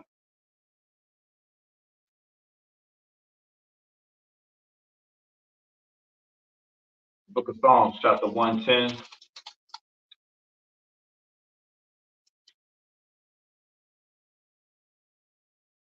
Verse 1. The Most High said unto my power, Who is who? Amashiach Yahushai. Read. Sit thou at my right hand until I make thine enemies thy footstool. Hear that? Read it again. So people can understand. That's two L-O-R-D. We don't deal with that. That really represents B-A-A-L, that word itself, where they put it in this Bible. We, thinking that we actually call on the Most High on that title. No, you're not, man. You're not. That's B-A-A-L. Read it again. The Most High said unto my power, sit thou at my right hand until I make thine enemies thy footstool. See? The Most High is right there. First and foremost, the Most High said, David said, King David said, unto my power. Who is the Mashiach Yahushai? Sit thee on my right hand until I make your enemies your footstool.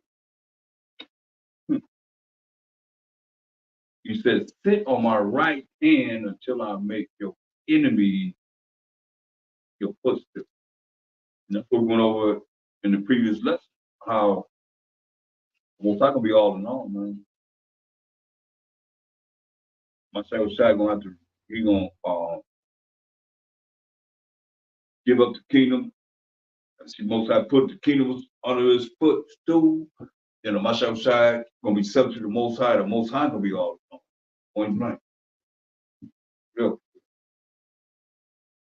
That's what gonna be all in all. The Most High.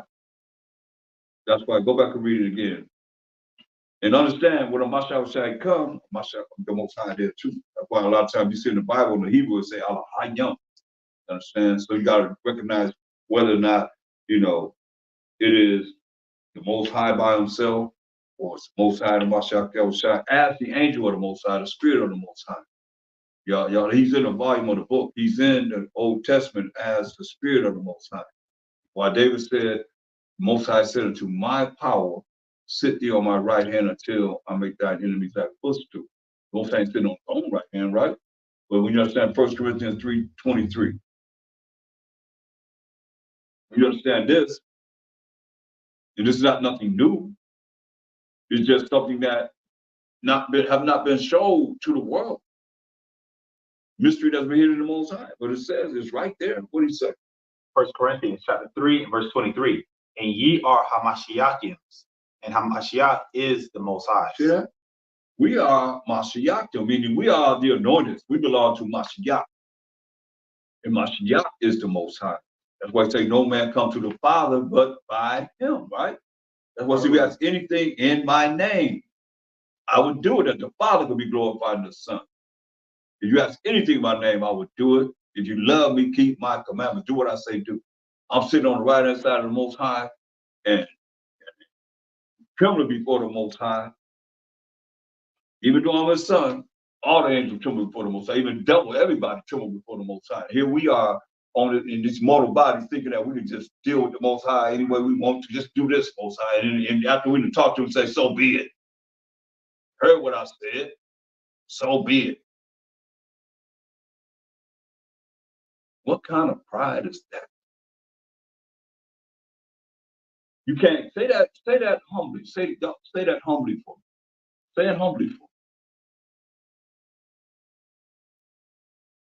You make it a statement. You ain't asking a question. Make it a statement. Say it humbly. You didn't ask the Most High for this, that, and the third, whatever. Then so be it. So be it. So be it. So it can't be a question because it's not a question mark after no AMEN. Or show me that.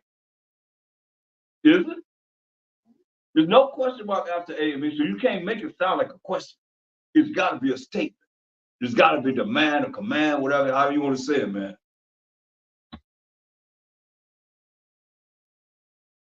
And now people are saying that.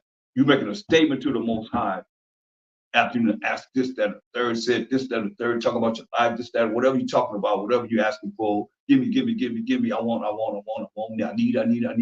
need. Yeah, so be it. Think about it. Look at you guys on. No. Get Mark 12, verse 35. The book of St. Mark, chapter 12.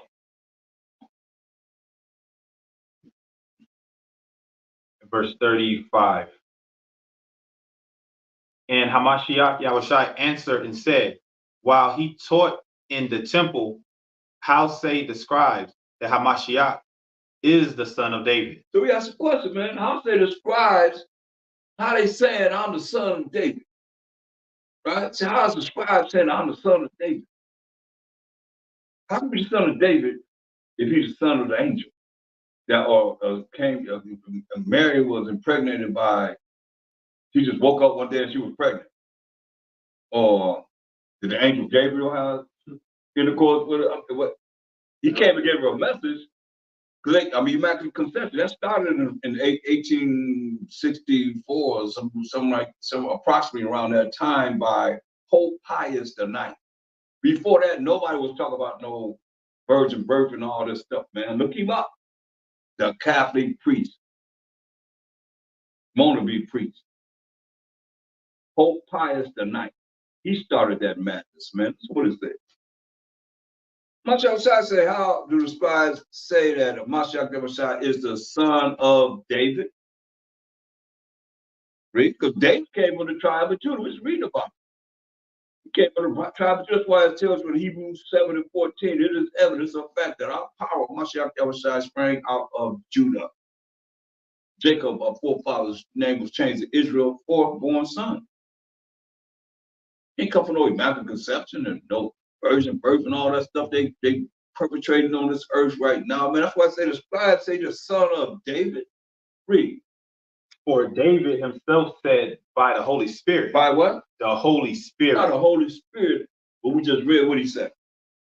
The Most High said to my power, sit thou on my right hand till I make thine enemies thy footstool. That's why I say, man, anyone that say the New Testament is just has no validity. They don't know. There's no New Testament when you walk through. You keep quoting for what? The Old Testament. He just said what we just read. We just read that in what? Psalms 110 and 1. But if you don't know, you can't go there. He's making statements. You say, oh, the New Testament is, invalid. But you can't go to where he's speaking. We just read what Isaiah said, right? In Romans. Isaiah. Where's Isaiah at? In the Old Testament. Point blank. We just read this in Psalms 110 and 1. He repeated it. But David himself said, by the Holy Spirit, what he said? David therefore himself calleth him my power and went. No. Read verse 26. 36.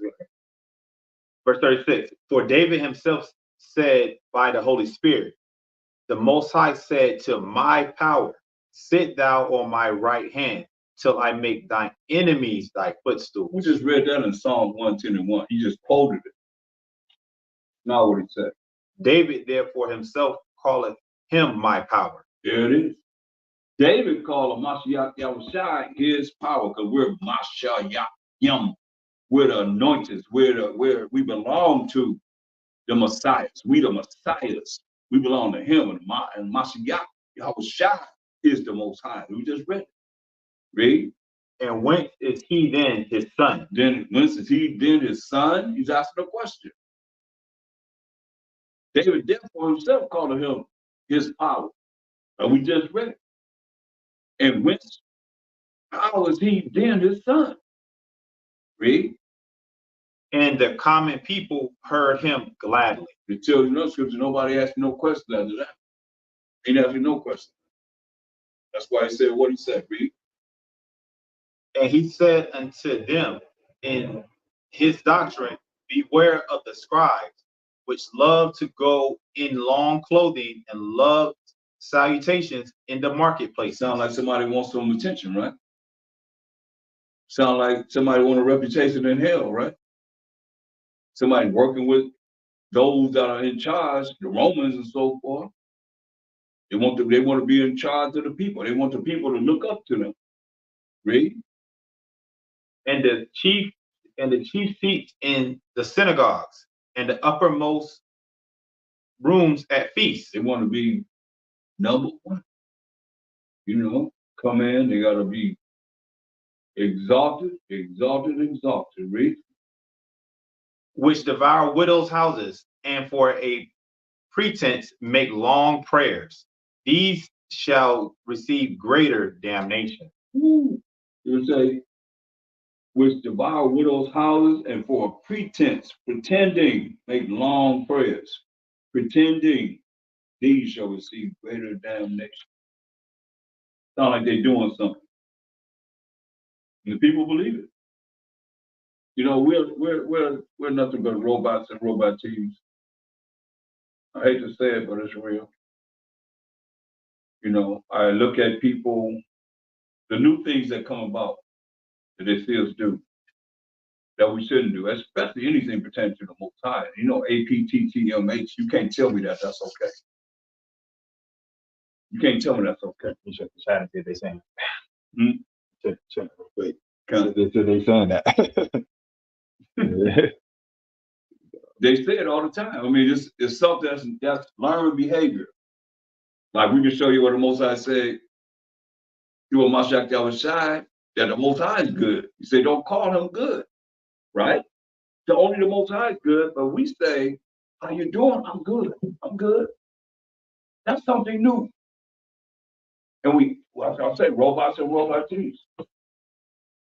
Don't put me wrong. Y'all say somebody saying it, y'all pick up on it, and now we're wrong for telling you stop doing it. But the Most High is the only one good. And we checking each other, trying to make everybody, you know, stop saying these heathen names. I mean, these pagan gods and so forth, right? What we doing right now? Everybody else might not be, but it matters because if you don't care, then you don't care about the Most High. You don't care about the Most High. Exodus 34 and 14. You don't care about the Most High. Book of Exodus, You don't care about him. chapter 34 and verse 14. For thou shalt worship no other power, for the Most High, whose name is jealous. Whose name is jealous. What's his name? Is jealous. So what's the Most High's name, y'all? Huh? Name is jealous. His name is jealous. We need to say that. Hey, you could have used that today. Right? Because nobody knows his name. You could use that today. Jealous. Yeah. His name is jealous. Wait, what did it say? Read it again. What did it say? For the Most High, whose name is jealous, is a jealous power. Most High's name is jealous. What do you got to say about that? And you think about this, man, okay. Get to the scripture that while we're not calling on these other idols, and we got to bring it in, whether you hear or forbear. Every opportunity we have until we change, man, you want to be born again and stop offending the Most High. Other than that, you're still going to be doing the same thing over and over and over again and be a bunch of robots and robot teams, spiritually in darkness, you know, hypnotized. You know, you say no enchantment to Israel, but y'all doing the same thing over and over and over again. And then really don't realize it until I will confront them and say, hey, man, you can't write out all praises to the Most High. Then they hit on it. Those that are spiritual. It shouldn't be a problem, right? They just following suit. What they see everybody else doing and think this is what we're supposed to do. And it's going to be acceptable. And it is acceptable to everyone. It ain't acceptable to the Most High. He said his name is Jealous. What did it say? I had a precept Oh. too. In Exodus 23. Is a jealous power, man. That's the Most High. But read that. Exodus 23 and verse 2. Thou shalt not follow a multitude to do evil. Ooh. Read that again. Everybody's doing it. That's right, man. Exodus 23 and verse 2. Thou shalt not follow a multitude to do evil, neither shalt thou speak in a cause to decline after many to rest judgment. Right, man. Multitude of people that's doing evil. And they don't really realize that they're doing evil. You done type 11 paragraphs, talking this, saying this, then the third, whatever, about talk about somebody, talking about yourself, me, and you say APT.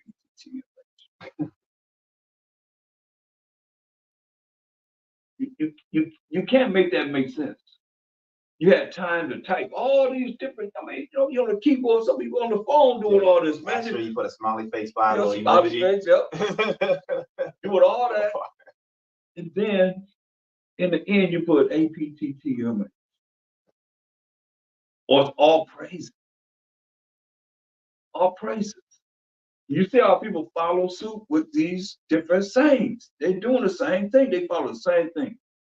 You can't say all praise to the Most High. All praise to the Most High. 6 words. All praises to the Most High. You can't say 6 words. So you can't type out 6 words. After you done typed out 11 paragraphs about this, that, or third, whatever. And that's what you give him. A long run-on sentence. A long run-on sentence. And Mike says about that. P.S. I ain't finished that. P.S. APTT amazing. P.S. I feel like this and I feel like this. And what you think about this? And I'm this. Me.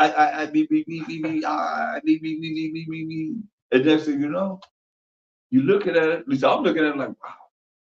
They don't really know who the Most High is, dude. You doing him like that? It's like making him like the smallest thing that you could really actually honor.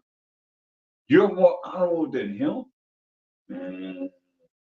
I don't know the Most High. I'll tell you, people don't know who it is that's written in his Bible, man. And he's gonna come back with. He already showed his vengeance, man. He said it's gonna be like a woman in travail as he visits this earth. He's coming at you, man. He's gonna come at you. Wisdom of Solomon 1, 10, and 11. Wisdom of Solomon, first chapter, verse 10.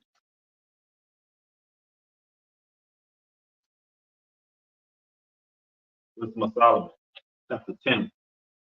First chapter, verse 10. Wisdom of Solomon, chapter 1, and verse 10. For the ear of jealousy heareth all things, and the noise of murmuring is not hid. You know, the ear of jealousy, who here you think that is? That hear all things. That's the Most High's ears. The ear of jealousy, you just say the jealous power. His name is jealous. And he is a jealous power. He said the ear of jealousy hears all things. Go ahead. For the ear of jealousy heareth all things, and the noise of murmurings is not hid. You know, the noise of murmurings is not hid. You murmuring, man, say ain't hear from him. Read. Therefore, beware of murmuring, which is unprofitable, and refrain your tongue from backbiting. For there is no word so secret that shall go forth naught, and the mouth that believeth slayeth the soul. Ooh. Give me Ecclesiasticus 23 and 19 in the Apocrypha. Man, it's serious, man. 23 and 19? Yeah, 23 and 19. The book of Ecclesiasticus, chapter 23 and verse 19. Such a man only fears the eyes of men. Only fears the eyes of men.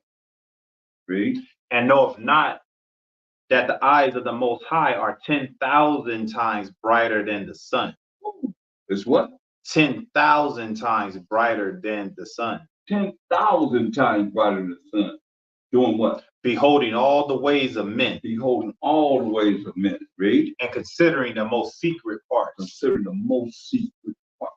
Everything that you think you're getting away with, everything that you thought, everything that you said, everything that you did or we did, everything we thought, everything we said, everything we did is being recorded in the books. And the Most High is hearing everything. Straight up. Go ahead. Proverbs chapter 15, verse 3.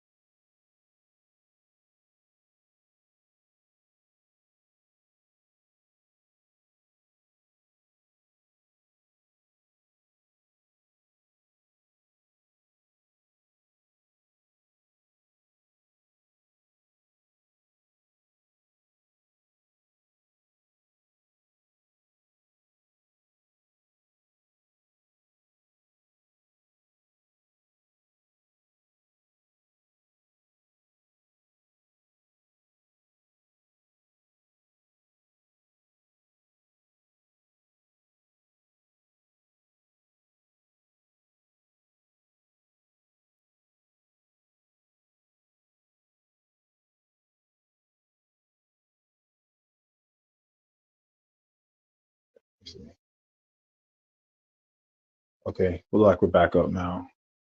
Yeah, let's see. I know. Yeah, we're back up. Like we had a little technical difficulty.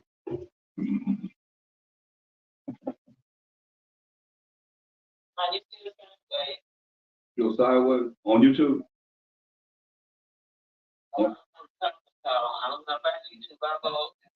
Oh, YouTube we fine. oh, YouTube is fine. I don't know what we do about that. I thought you were talking about YouTube. They were talking here. Okay. Where we at? Yeah. We got precept. You still on Nahum 1? Oh yeah, Nahum chapter 1 and verse 3. The Most High is slow to anger and great in power, and will not at all acquit the wicked. The Most High hath his way in the whirlwind and in the storm, and the clouds are the dust of his feet. Right. Yeah, was weighing everything, man. Clouds are dust of his feet. As you see clouds, I remember flying, man. You see the clouds be moving like this. Clouds be moving slow. You see something moving like real fast, like they're going to do some damage, man. To the clouds of dust of his feet, man. And we know the angels are in the clouds. They operate, in the IFOs. Get that in Psalm 68:17.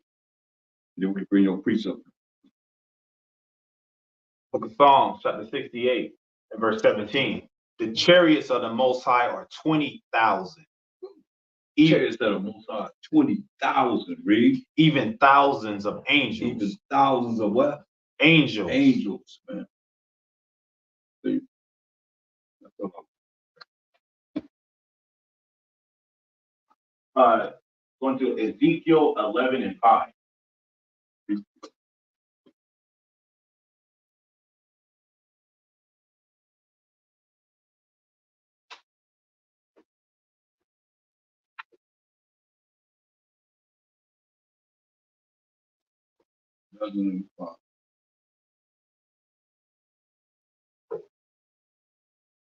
It's the book of Ezekiel, chapter 11 and 5. And the Spirit of the Most High fell upon me and said unto me, Speak, thus saith the Most High, thus have ye said, O house of Israel, for I know the things that come into your mind, every one of them. Beautiful precept. That's right. You know, everything that comes into your mind, every one of them. What I say about that? Nobody see me. You don't see me, people. Nobody see me. I want to back it up since we on that. Go ahead. The book of Job, chapter 34, verse 21. And verse 21 and 22. For his eyes are upon the ways of man, and he seeth all his goings. There is no darkness, nor shadow of death, where the workers of iniquity may hide themselves. Right. When you gonna hide? Nowhere to run, nowhere to hide. Right? Right, man. It's being recorded in the books. Right. Everything that we do is being recorded in the books, man. Straight up. No doubt about it. That's why it's beautiful that the Most High give us this time to reflect on our past and rejoice, because he's allowing the spirit ain't gonna stop. It's just a matter of where you're gonna be at in the spirit of the Most High to change. Oh, much I was telling Nicodemus, it is something that we can look at, but we got to deal with John 3:16 all the time. Not realizing what he's really saying within that third chapter of John. You understand? Tell him you got to change, man. Because they had the wrong, John 11:42, what he the Pharisee? He was running rolling with the ones that put him to death. Talking to him. He had to speak and talk to him. So, these other cats won't find out that he's talking to a Mashiach Yahushua. Came to him at night, man. It was a whole program. Read that. Book of St. John, chapter 11, verse 42. 47. Like 47. Then gathered the chief priests and the Pharisees a council and said, what do we? What we gonna do, man, with this cat? What we gonna do with this cat? Like some of y'all, like we were dealing with, Saul, jealous of King David. Before he was in the king, David working for him, his servant, doing everything he said do. That camp. Yeah. The vendors at camp. What we gonna do about these things on the corner? I ain't making no money. Right. What we gonna do? They supposed to be selling on the Sabbath no way. What we gonna do about them? They all come together. They tripped out today. Yeah, right. Come on, we got Tomorrow. Oh, tomorrow. Yeah, tomorrow. See, told you they're gonna leave. Told you we're gonna put these. I'll put these cones here, stretch them across right here. We start coming at 3 o'clock, they don't get it to 4. We got the power. And they selling on it. See your message and conversation gonna have tomorrow. Ooh, man. They can't believe it. Praise God. All praise to you. All praise, bro. That's all they can say, right? Go ahead. What do we? What do we? For this man doeth many miracles. So, many miracles, man. What we gonna do with this cat, man? Talk about the other side, but this man do many miracles, read. If we let him thus alone, all men will believe on him. He said, we leave him alone, everybody gonna believe on him. That's why you see some cats, man, they just about themselves. We a nation. We ain't no group. We ain't no community. What else they call themselves? Movement. We ain't none of that, man. We the nation, the 12 tribes of Israel. We got 12 nations that make up one nation. Nation. As long as we gonna be these groups, they call us Black Hebrew Israelite group. You allow yourself to repeat after what the enemy calls us. How we gonna get anywhere? The Most High say that in the Bible? He called us that in the Bible? No, man. He told our forefather Jacob, your name not gonna be called Jacob no more. Right.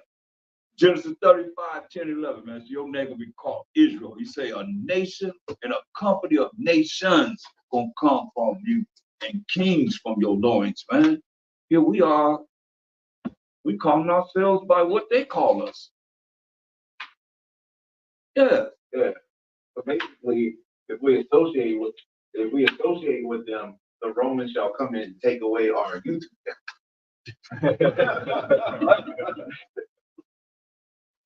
We did. Oh, and St. John? Oh, what? What is that? John 11:47. St. John chapter 11, verse 47. You gotta see the mindset, right, man. That's the same mindset we dealing with now, man. You know what I mean? Like, listen. Then gathered the chief priests and the Pharisees a council and said, what do we? What we gonna do, man? What we gonna do? Ready? For this man doeth many miracles. I'm not sure what I do many miracles. Get the last verse in John.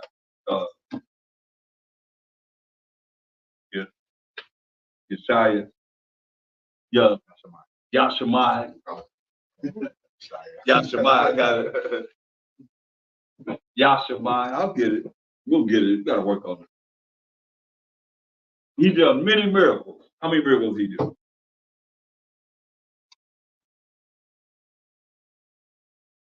John 21:25. He said, this man doeth many miracles. Talking about Mashiach Yahushua. The book of John 21:25. And there are also many other things which Mashiach Yahushua did, the which, if they should be written every one, I suppose that even the world itself cannot contain the book that should be written. It says Mashiach done so many miracles. If they should be written every one of the miracles that he's done, I suppose that even the world itself that we living in, y'all, could not contain the books that should be written. That's a lot of miracles. That's a whole lot of, right? You gotta see, that's why they saying what they saying, man. Look, John 11:47. St. John chapter 11, verse 47. And then they put that idol there for the last thing that you would see. Now people gonna say that. They're gonna say it. Not knowing that that's an idol.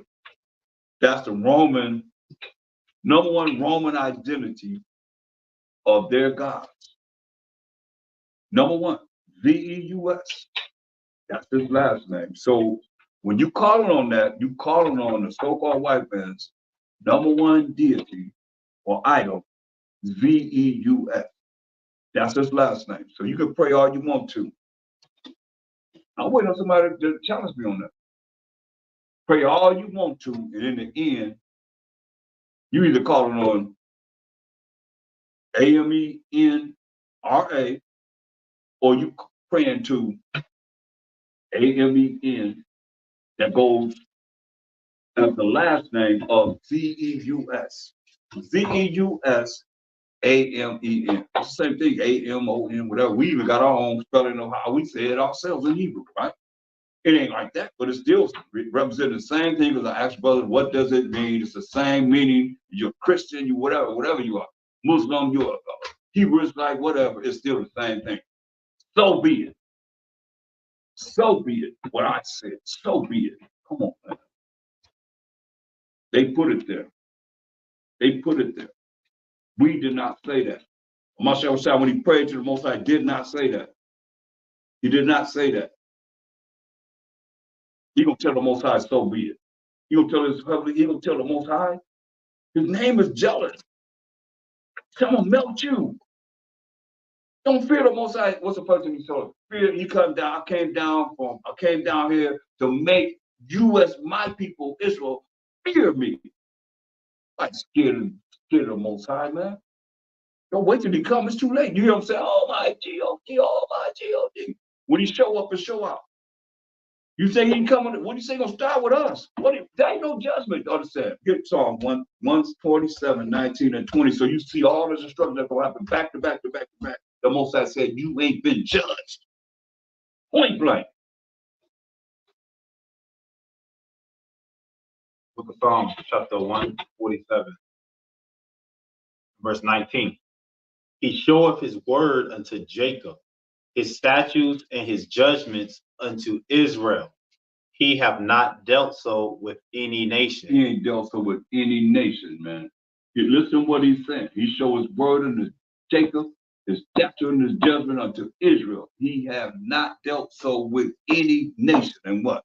And as for his judgment, I mean the hurricanes, the tornadoes, the fires, and everything else, wild beasts eating up people, and all kinds of things that happen on this earth, that spirits of the Most High for vengeance. What do you say about these other nations? They have not known them. They have not known them, man. What are you going to do on this earth? Y'all ain't understanding, man. What are you going to do on this earth to make them know him? Every nigga going to bow. You're going to bow down now, you're going to bow down later, but you're going to bow down to the Most High, man. Everybody going to bow. Let's see if he says APTTMH at the end of it. Speak up, okay. Let's see if he says APTTMH at the end of this. Yeah, okay, let's see. Praise ye the Most High. Praise ye the Most High, bro. That's right. He ain't saying no APT. That's right. Praise ye the Most High, right? That's what y'all need to be doing, man. Instead of saying all praises. That's something new, man. I don't know where that came from, man. And it just shows you how somebody started that. And they continue to do it now. Everybody say the same thing. Somebody started writing APTTMH. Now everybody thinks that's what we're supposed to do. We're nothing but sheep. We're nothing but sheep. We're nothing but sheep. Like somebody put AMEN. Huh? Like someone put AMEN in the Bible, and they think that's what we're supposed to do. Yeah. I mean, you got to think about it, man. If they took how to get rid of evil spirits out the Bibles, not the King James Bible, but out of these Bibles, and fasting and prayer, they took it out the Bible, right? What you think they won't do? They took scriptures out. Matthew 18 and 11. The Son of Man came to save that which was lost. Ain't there? What? Oh, it wasn't needed. And then we don't even want to talk about Deuteronomy 28:68. That right there, man, that's ridiculous. So if they change up these Bibles to make them say what they want them to say, what you think they would do? You think if they take away, you don't think they will add? Yeah. Put their own little twist in there? Not especially realizing that we coming back to this knowledge, wisdom, understanding, just in case. Y'all know what he did? He said it's a foolproof method of how to make a slave, and it could last over 400 years. You know, the only problem is that if we come back to the reality of who we are, it's in there. And we have. That's the problem. Now we got to look at everything. We got to look at everything. We got to be analytical thinkers to the utmost. We got to think opposite, primarily of what it is that we've been exposed to. And ask the Most High to give you guidance, man. I ask for guidance and directions and instructions from the Most High. And when you get to, you still see things, you share it with someone, and then you share it and you see it. He said, hey, we read it. Exodus 23:13. We got to read this. Well, we keep talking about this. Why? So anyone that's new will understand where it is that we're coming from and loving the Most High, whose name is what? From tonight, his name is what? Jealous. Jealous, man. And here it is. We're breaking the commandments and doing things that will make him jealous because of the fact of his name is jealous. And here we are calling on other entities, man, and think we calling on him. The book of Exodus, chapter 23 and verse 13. And in all things that I have said unto you, be circumspect and make no mention of the name of other gods. See that? He said, make no mention of the name of other idols, man. That's why when you look at it, turn over a dollar bill. You need to show it. Maybe we need to show it so y'all can look and see. Because I mean, it's like I say, our people not analytical thinkers. You know, y'all listen. 7 and 8.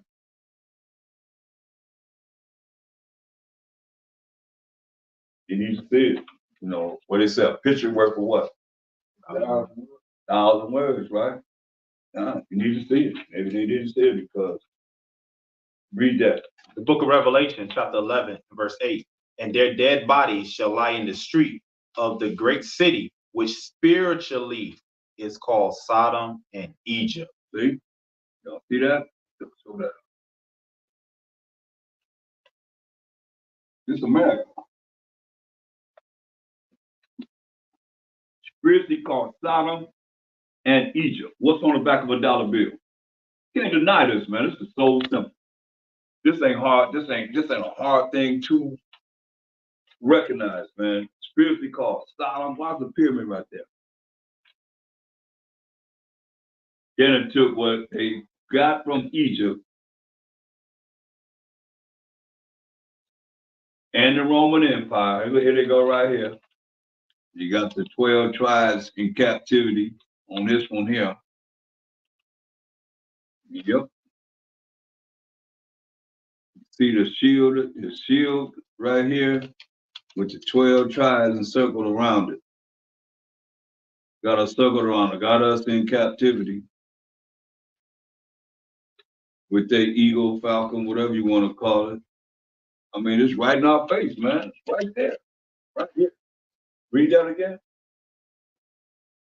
Revelation 11 and verse 8. And their dead bodies shall lie in the street of the great city, which spiritually is called Sodom and Egypt. See, spiritually called Sodom and Egypt. That's why we read Isaiah 1 and 9. What did it say? We read Isaiah 1 and 9. Spiritually called Sodom and Egypt. We read Isaiah 1 and 9. What did it say? Isaiah chapter 1 and verse 9. Except the Most High of hosts had left unto us a very small remnant, we should have been as Sodom and we should have been like unto Gomorrah. We should have been like Sodom, and we should have been like Gomorrah, man. Well, he leave a small remnant. You know that? Not a large remnant, but a few of us, man. One of them say something about the so be it. Go ahead. That I pulled up on here. So it says so be it is an idiom. And it says that means to accept a situation as it is or to resign to the fact that nothing can be done to change it. So at the end of a prayer, you say, so be it. It goes back to saying thing without doubt or wavering, because when you say so be it, it says to accept a situation as it is. This is what it is. There's no way to help it. There's no way to change it. And it says, or to resign to the fact that nothing can be done to change it. So why even throw them prayers up? And you're going to say, so be it at the end. And you already have in your mind that nothing's going to be changed or done about it. And that's how It's not negative. Yeah, it's backwards. You prayed on it? Yeah. I prayed on it. Well, why are you negative about what you prayed for? You said, so be it. That's why. Yeah. That's what it is. Yeah. That's what So it be is. that I'm negative. That's You what it hear me negative, both sides and I'm negative, don't Right. do nothing for me. Right. So you just do whatever you're gonna do for yourself. Praying to yourself, really. And read Deuteronomy 32.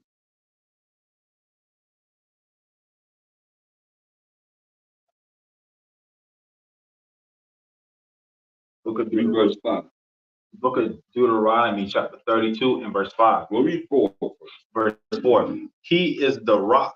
His work is perfect. For all his ways are judgment, a power of truth, and without iniquity.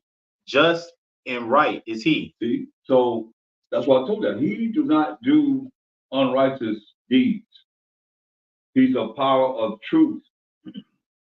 He's not going to lie, and he's a power of keeping his own laws that he said he's going to do as an example for us. And without iniquity, see, without sins, without wickedness, without doing anything that's wrong. Just and right is he. Read. They have corrupted themselves. Their spot is not like spot of his children. Their spot is not the spot of his children. They are a perverse and crooked generation. That a perverse and crooked generation, man. For real. Look at verse 15. Verse 15. But Jeshurun waxed fat. That's another name for we the 12 tribes of Israel, Jezreel. Go ahead. And kick. Kick, man. Go ahead. Thou art waxing fat. Thou art grown thick. Thou art covered with fatness. Man, I mean, we live in large, man. Go ahead. Then, and big, because you've been eating a lot. And fat. Go ahead. Then he forsook the Most High, which made him, and lightly esteemed the rock of his salvation. That. Then we forsook the Most High that made it. Man, the Most High decked us out, man. See, we don't even appreciate Ezekiel 16, man. Let's kind of hold up. It's not the Most High. I mean, he decked us out, man. Here we are. So many. I can say I did a lesson on the Most High. Did us. He was so good to us, and we did.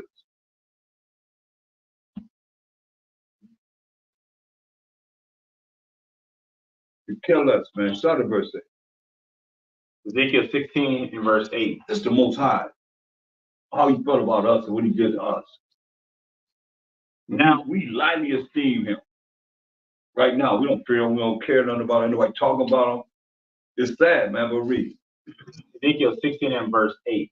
Now when I passed by thee and looked upon thee, behold, thy time was the time of love. Yeah, when he looked at us, man, he said, our time as the Israelites was the time of love. Read. And I spread my skirt over thee. He spread his skirt over us, man. So they took skirt and they made it for a woman, I guess. I mean, you see that as for men, you know, that word for men. And Most High saying he had a skirt, so is he a woman? Anything wrong with him? Is he unrighteous? We just read that he no unrighteous in the Most High, but it says he spread his skirt over us. Read. And covered thy nakedness. And covered our nakedness, man. Read. Yeah. And I swear unto thee and entered into a covenant with thee. He entered into a covenant with Abraham, to Isaac, to Jacob, to the 12 tribes of Israel only. And these preachers talking about anybody can be in the covenant of the Most High. No, you can't. No, you can't. He made his covenant with, read that and read the covenant up in Psalm 105, 8 to 10. He made his covenant specifically with these individuals, to us as a nation, from one to the other, to the 12 tribes of Israel. Read that right. The book of Psalms, chapter 105 and verse 8. He have remembered his covenant forever. How long? Forever. So his covenant is remembered today. And what it's saying right here, ain't nothing changed. Read. The word which he commanded to 1,000 generations, which covenant he made with Abraham. Made it with Abraham. And his oath with unto Isaac. Oath unto Isaac. And confirmed the same unto Jacob. Confirmed the same unto Jacob, our forefather, whose name was changed to Israel. Read. For a law. For a law, man. Read. And to Israel for an everlasting covenant. To we the Israelites for an everlasting covenant. It's still in existence right now. Everlasting covenant, contract, agreement.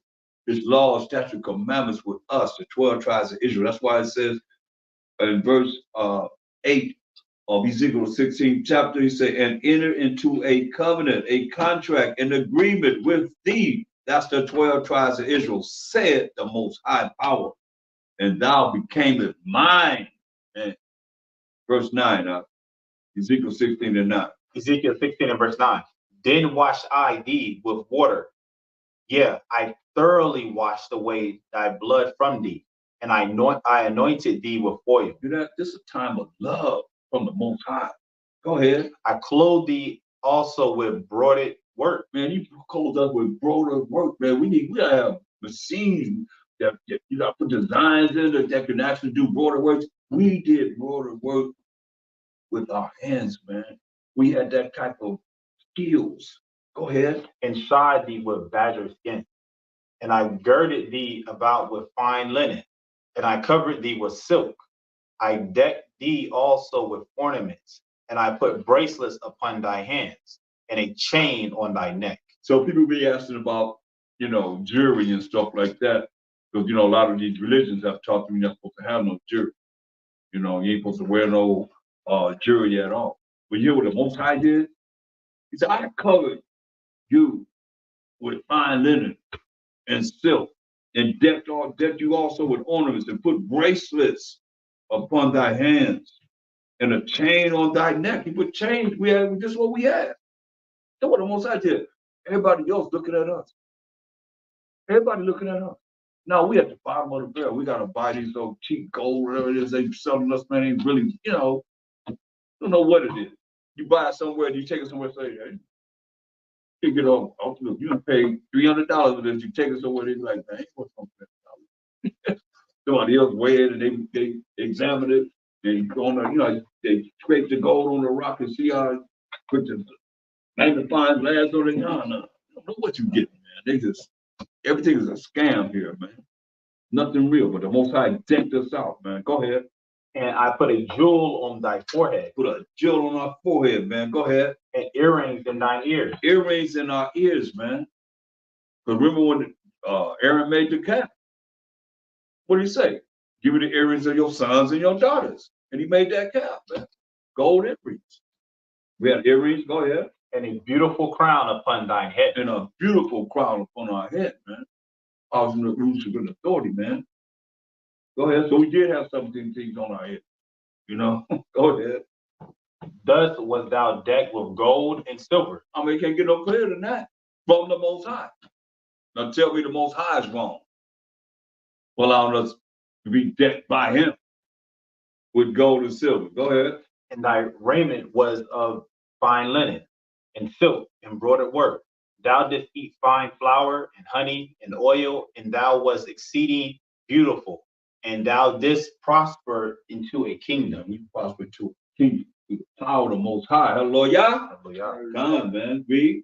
And thy renown went forth among the heathen for thy beauty. Hear that? We went among the heathen for what?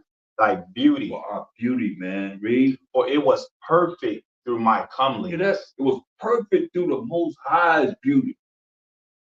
It was perfect through the Most High's beauty. Read. Which I have put upon thee. No, we put upon ourselves. So we all that. What the Most High said? which I have put upon The thee. Most High put upon us, man. His beauty. Nobody else, man. Nobody else can say that the Most High put his beauty on him. Can they? No, man. This is how powerful we need to be looking at coming back to the Most High and getting this beauty again. He gonna give it to us, man, even better. He said, our state gonna be better than it was before we went off and want to follow these heathens and not follow him. How you think that made him feel? Hear what he's saying? Read, go ahead. Which I have put upon thee, Which the Most High put upon us. saith the Most High. Said the Most High. Now, Israel, read. But thou didst trust in thine own beauty. See, we trusted in our own beauty that the Most High made us beautiful. We trusted in because he made us beautiful. Look at me. And how people are conceited, man. They just think they all that. They think you all that, man. You more powerful than the Most High. Look what he said. What did he say? But thou didst trust in thine own beauty. You trust in your own beauty. Your own beauty, man. That he put upon us. Not ourselves. Read. And placed the harlot because of thy renown. Paid the harlot. Paid the harlot. You know what a harlot is? You know what a harlot is? Huh? A whore, or what else? Prostitute, man. Selling our bodies for nothing. Read. And pourest out thy fornication on every one that passed by. That poured out our what? Fornications on every one that passed by. His it was. Man, that's cold-blooded, man. That's cold-blooded. He said we poured out our fornication on everybody that passed by. Want some? Okay, you can have it. Everybody that passed by. That's cold-blooded. Read that again, huh? Verse 15. But thou didst trust in thy own beauty, and placed the harlot because of thy renown, and pourest out thy fornications on every one that passed by. His it was. Read Ecclesiastes 26, man.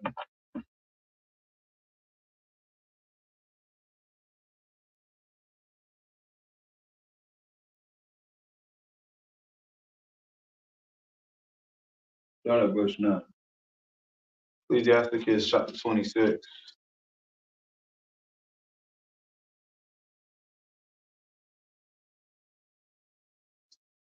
Verse 9.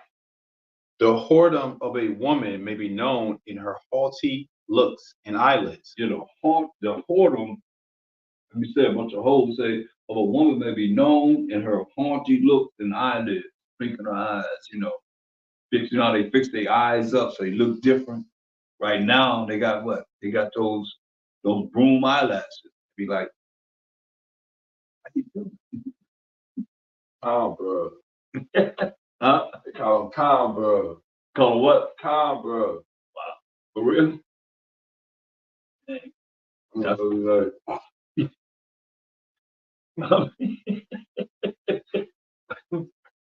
I mean, it's telling you, right?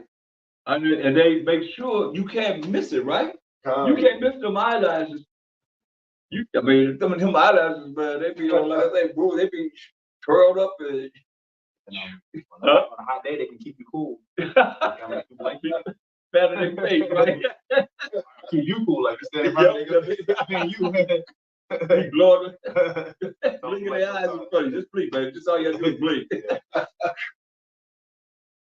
Wow, that's cold. That's what it says, though, right? Con? Calm. Go ahead. Verse 10. Verse 10.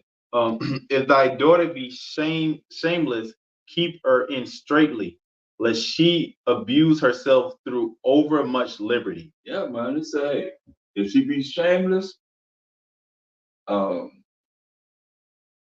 said, keep her in straitly, lest she abuse herself through overmuch liberty. You hear that? You allowing her to do whatever she want to do. If she's shameless, he says, hey, check her, keep her in that house, train her up the right way, you know, so she won't be shameless. Go ahead. I got a precept to that one. Ecclesiasticus 42 and verse 11. Keep a sure watch. Wait a minute. Hold on. Let's get it. 42 and 11. Keep a sure watch over a shameless daughter, lest she make thee a laughing stock to thine enemies, and a byword in the city, and a reproach among the people, and make thee ashamed before the multitude. That's right, man. That's why I say you gotta really, really keep a watch over a shameless daughter, man. Remember what we hear because it said, fornication on every one that passes by, his it was. Straight up. Was that Ezekiel 16 and 15, man? Shameless daughter of Zion. Read on. Back to Ecclesiastes 26. Verse 26 and verse 10. If thy daughter be shameless, keep her in straitly, lest she abuse herself through overmuch liberty. That's right, man. She gonna abuse herself, and as they pass by, his it is. His it was, his it is. Today. Go ahead. Why you gotta put some restraints on that, Read. Watch over an impudent eye, and marvel not if she trespass against thee. You say, hey, don't be surprised if you trespass against you. Go ahead. She will open her mouth as a thirsty traveler. Wait, hold up. She will what? Open her mouth as a thirsty traveler when he hath found a fountain. See? Go ahead. And drank of every water near her. By every hedge will she sit down, and open her quiver against every arrow. That's serious, right? What it say? What it say right here? We here because it say what? Ezekiel 16, 15, that last part. Pours out thy fornications on every one that passes by. His it was. What it say she would do? Verse 12? And open her quiver against. No, verse 12, this whole thing. She will open her mouth as a thirsty traveler when he hath found a fountain. Hey, and pour out thy fornications on every one that passes by. His it was.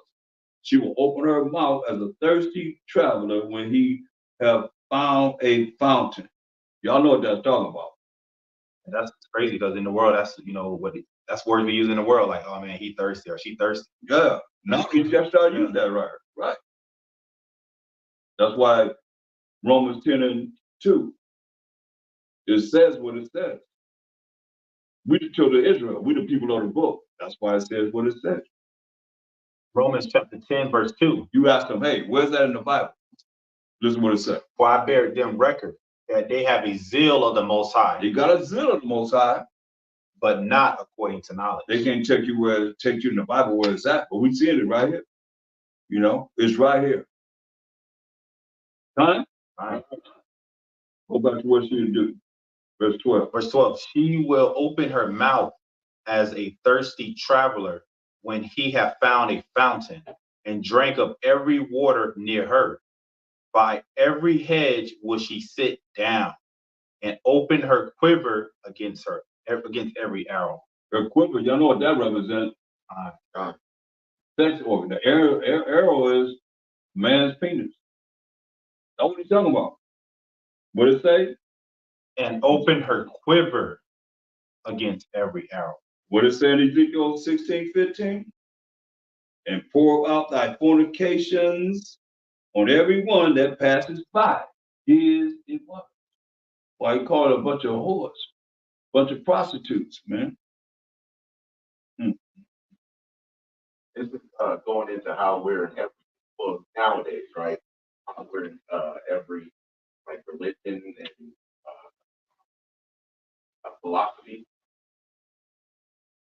First and foremost, going on is going into what we just talked about. That's what it's talking about. What we just talked about. Don't get too deep. You know what I mean? You're trying to go into take it somewhere where it has nothing to do with what we're talking about. Oh, so Because if you go there, then you gotta have something to be able to back that up, and you know what I mean. And well, keep it basic. keep it basic for what it's saying. You gotta remember what's being said is what's being said. What we see on the street. You know what I mean? Like what's being said is what's being said. I mean, some things do have a double meaning. You know what I mean? But that's not what we're dealing with. Oh, so this is literally talking about. This is literally talking about what it said. Oh, okay. I thought it was talking like spiritual. No. Let's talk about what it's saying. Now. You go on the blade on any hood in America, you see prostitutes on our women, daughters of Zion, on every corner. Yeah. Anybody can have them. Yeah. Man, pull up. How much? Okay, get in the car. Oh, that's literally us. You know, that's what we did Romans 10:2. That's right. That's why I went there. You know, they had a zither most of it, but not according to knowledge. Yeah. You know, that's our people, man. Don't get too deep with it. Yeah. That's what Ezekiel 16 is going into? Con. Oh, what it said. Yeah, that's what we said. On beauty, what you think? You think, I mean, our women ain't beautiful? And the men ain't handsome? Right. Are you serious? We didn't even talk about the men. I mean, all you want to deal with that, but it said, and play at the harlot because of thy renown and pours out thy fornications. You see, dealing with other things outside from the Most High would have us keeping His laws. On everyone that passes by, here's the man. You know, where if we took it where you're talking about, we had the precept for where you at, where you're talking about. You understand? Right. We can't take it there and we not precepting that particular part of what it is that we're saying he's saying, because fornications, I mean, that's what we did. I mean, over and over again, man. It was.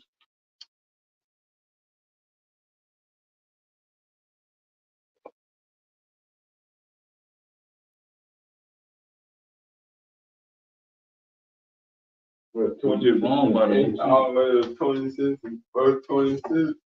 What's that?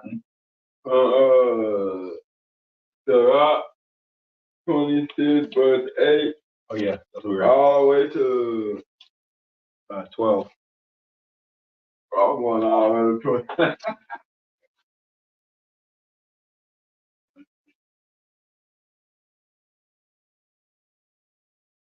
But you see where it's talking about, like we said, man, you know, you go up where it's talking about, from here it's talking about, you know, the women.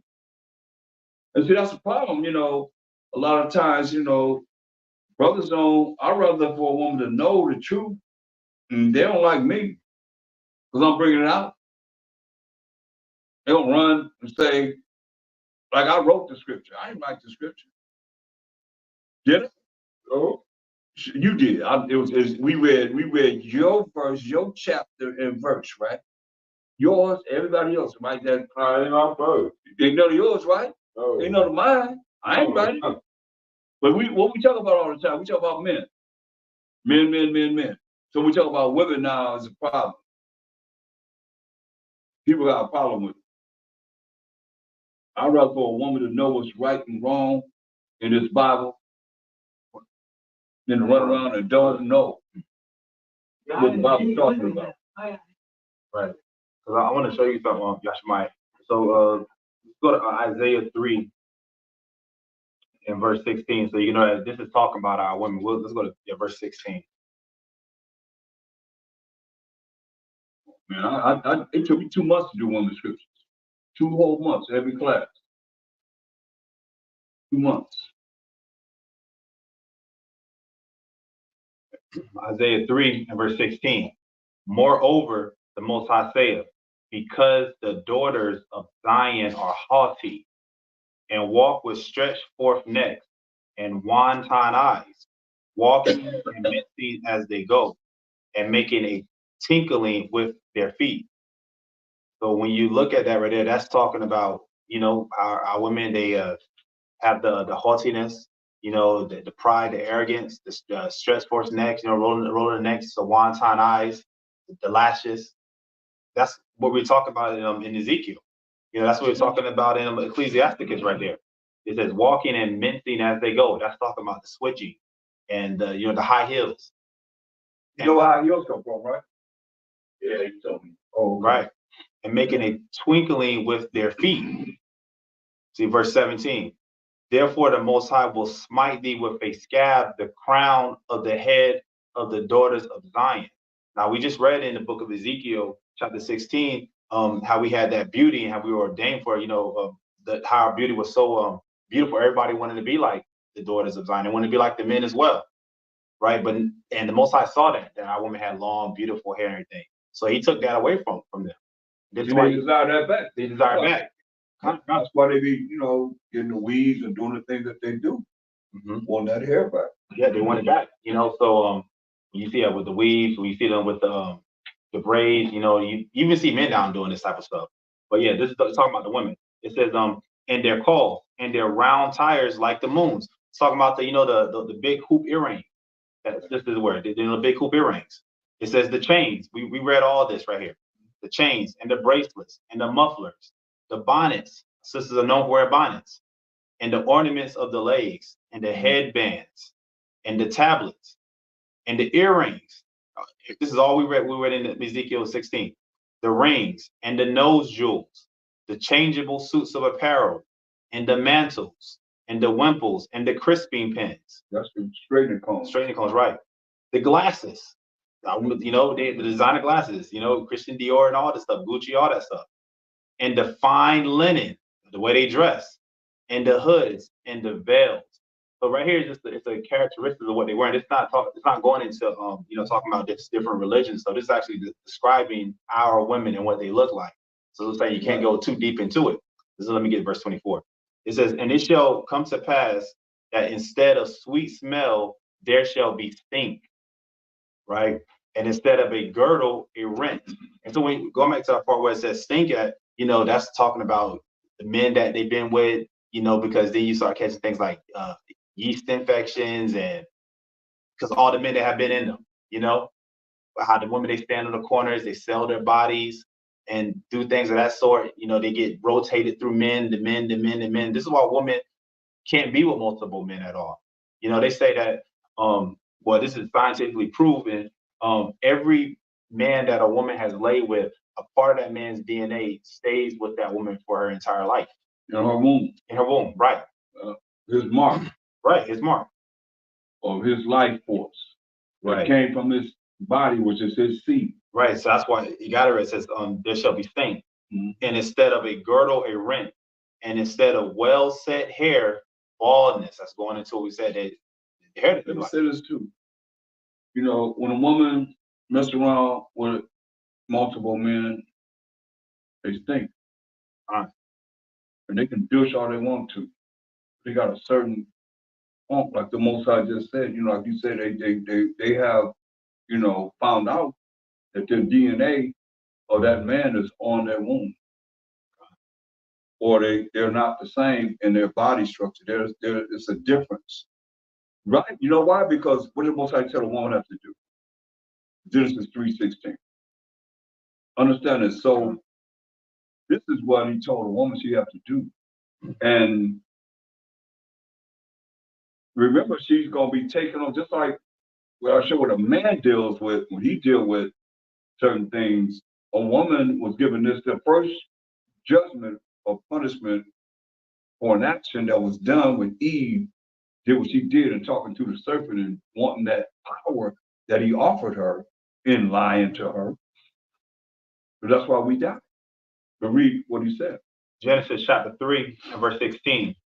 Unto the woman he said, I will greatly multiply thy sorrow and thy conception. In sorrow thou shalt bring forth children, and thy desire shall be to thy husband, and he shall rule over thee. Right. So, and we know that sexual intercourse consummates what? Marriage. So here's a woman lying with another man, and he done laid his sperm in her, then she lied with another man. I mean, that creates a real stanky smell. And there's a lot of jealousy in Numbers the 5th chapter, you know? And what happens? If she lay with this man and the priest give her a potion, and what it say? Her thigh gonna rot, her thigh gonna rot. It's gonna be funky. When he gives her this potion and she drink it, and if she lay with a man, I mean, you'll know if you any kind of like men that know what time it is as far as dealing with women, you're gonna stink.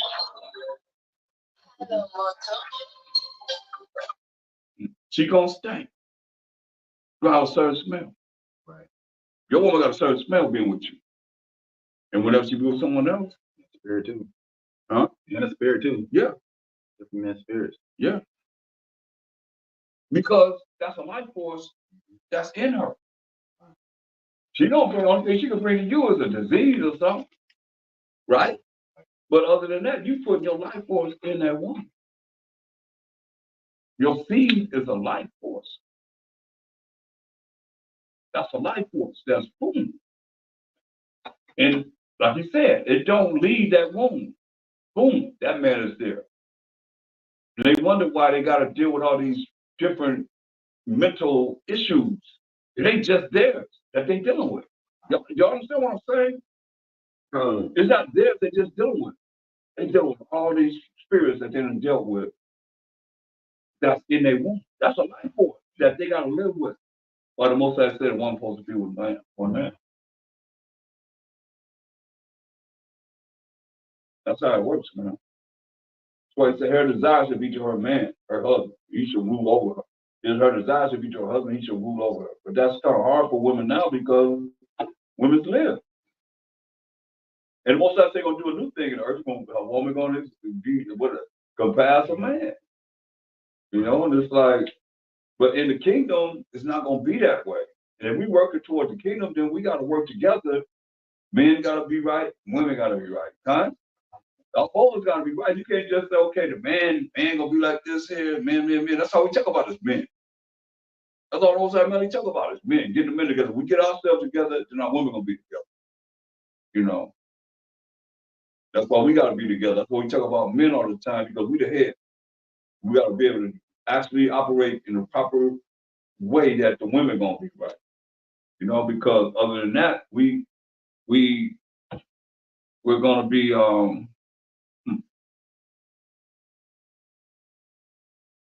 effeminate. We're gonna be what? What we just said we can't be, right? We just went through, what was that word you went through? Effeminate, yeah. Effeminate, right? Womanish. Womanish. You're not gonna be mannish, you're gonna be womanish. And you ain't going to the kingdom. Dang, that's a powerful word right there, man. For man, you know, I never thought about it like that. You know what I mean? Like, because they told little girls when they was acting like women, you womanish, you trying to be womanish. And they said a little boy, so you trying to be mannish. Right? Dang, but a little boy trying to be womanish. Dang. Called it sissy back in the day. Huh? Called it sissy when I was growing up. Yeah. Dang. It's deep, y'all. Yeah. Real deep. But it is real. I mean, we got to deal with both perspectives of what this Bible is talking about. We're not going to exclude nothing. Ain't nothing being sugarcoated because I don't want, you know, women to hate me because I'm reading it. Why brothers shy away from a lot of wicked women scriptures? Why? It's in the Bible. You know, a lot of women say, ain't none of me. They got a black marker, a black highlighter. Yep. But it's right here. Especially in Ecclesiastes 25, man. I mean, it's telling you. And it also talks about a virtuous woman. Also. So you gotta learn what you want to be. Like that's righteous and wicked, right? I mean, it's righteous and wicked. I mean, either you right As the Most High would have you to be, you're gonna change. I don't think people realize what it is that get Ecclesiastes 25, verse 24. What we just read, and the judgment that happened behind what Eve did. What do you want to say? Ecclesiastes 25, verse 24. Of the woman came the beginning of sin, and through her we all died. Right. So, of the woman came the beginning of sin. I realize that. It says through her we all died, and Christians and women have a problem with that. I mean, Amen. hold on. Yeah, they get angry. But I want you to see something. Okay, go back to where you was at in Isaiah the 3rd chapter 6. Show all the things that the Most High took away from them. I want to bring a point out. People get angry about this. Where you can start where you left off, because you said, I know you showed a lot what you was reading so far. I mean, they take this, these are the things they took away from our women, the daughters of Zion. Read. Verse 24. Go ahead. Isaiah 3 verse 24. And it shall come to pass. Great. Go ahead. And it shall come to pass that instead of sweet smell, there shall be stink. It's gonna be stink because of the fact of they got all these DNAs on their body, and they think that they. I was gonna say at one point, it's so many women I know from the hood, and that's their nickname is stink. They call themselves this. And how many men they done laid with? Right. I mean, you can't erase that DNA, as they call it. You can't erase that what has been put on their womb. And they walk around with all these spirits, You say you become one, right? Yeah. How you become one with a man? How a woman become one with a man? When they lay down, right? With them, they become one with you. And they become one with each other, man. So now now all of a sudden it's gone. Now the word of the Most High don't mean nothing because now you got somebody else. But you got this other DNA in you, this other person's life force in you. Where'd you go? When they did the experiment, was it gone? It wasn't gone, man. It's right there. I think the experiment they did it on was like an 80-year-old woman. Really? It was 80. It was her autopsy of her body. It was an 80-year-old woman. Found DNA from other men. She lay with. Yeah. It's no joke, man. Verse 24. And it shall come to pass that instead of sweet smell, there shall be stink. And instead of a girdle, a rent. And instead of well set hair, baldness. And instead of a stomacher, a girding of sackcloth. And burning instead of beauty. Wow. See that?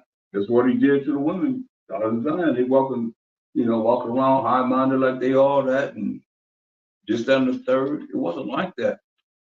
Even in the coming out of slavery to 30s, the 40s, 50s, even into the 60s, man, it wasn't like that. So you take 1960s, you go back to the beginning of time. Have y'all thought about that?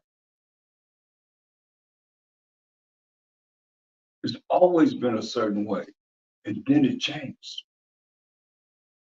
So what the change eradicates what it had been from the beginning of the world? He just told Eve in Genesis, what is in Genesis 3:16? The Most High gave that judgment to the woman. And you can see it if you look at old cowboy movies, you look at old movies, you can see it even in the other nations. How things were. When we read Esther, remember? The king said, call my beautiful wife and invest me. And she didn't come. The man said, you got to get rid of her, man. Yeah, that's good. He said, you got to get rid of her. She was beautiful. He said, you got to get rid of her. Because all the women don't follow her lead. That's what we dealing with women's live, right? That's what we're dealing with. got this in right here. Where you at? This is after Yeah. 15. You brought it up. Verse 1. Hold on, you speaking low. But this is after chapter 15 of verse 1. And upon the third day, when she had ended her prayer, she laid away her mourning garments and put on her glorious apparel. And being gloriously adorned, after she had called upon the Most High, who is the beholder and savior of all things, she took 2 maids with her, and upon the one she leaned, as carrying herself daintily. That's something our women don't do anymore. They don't carry themselves daintily. And the other followed, bearing up her train. Now you gotta remember like this is a dress, and she has a long train like when women get married. And she has these 2 women carrying it. You know, that's how like the Lord was saying, breaking out how we used to dress. But what changed? Now we're baldness, a stomacher, a girding of sackcloth. I mean, they got big Right, right. They ain't just Right. like they used to be. Right. I just wanted to bring that part out. Huh? Yeah, I just wanted to bring that out. Yeah, that's right. But I want to go back to Isaiah 3:24. Isaiah chapter 3 and verse 24. And it shall come to pass that instead of sweet smell, there shall be stink, and instead of a girdle, a rent, and instead of well set hair, baldness, and instead of a stomacher, a girding of sackcloth, and burning instead of beauty. Right. We did all that to the women. Verse 25. Thy men shall fall by the sword, and thy mighty in the war. Hear that? So what happened to the men?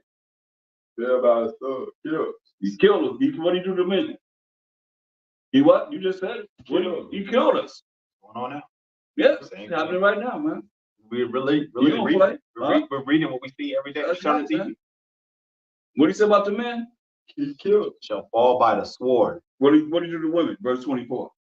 And it shall come to pass that instead of sweet smell, there shall be stank. And instead of a girdle, a rent. And instead of well set hair, baldness. And instead of a stomacher, a girding of sackcloth. And burning instead of beauty. Did he say he killed the woman? Oh, Nope. He didn't say he killed the woman. I want y'all holler and scream about this. Verse 25. Thy men shall fall by the sword. He killed us. He killed the men. And we still being put to death. Our men shall fall by the sword, right? And thy mighty in the war. Man, I read this so many times, man. Ain't nobody ever cared about that verse. All they heard was from 16 through 24. But you just read it. That's why I say, man, you can say what up. You see what he did to us. As men, your men gonna fall by the sword, kill you. So what's worse? about 22. Verse 26. And her gate shall lament and mourn, and she being desolate shall sit upon the ground.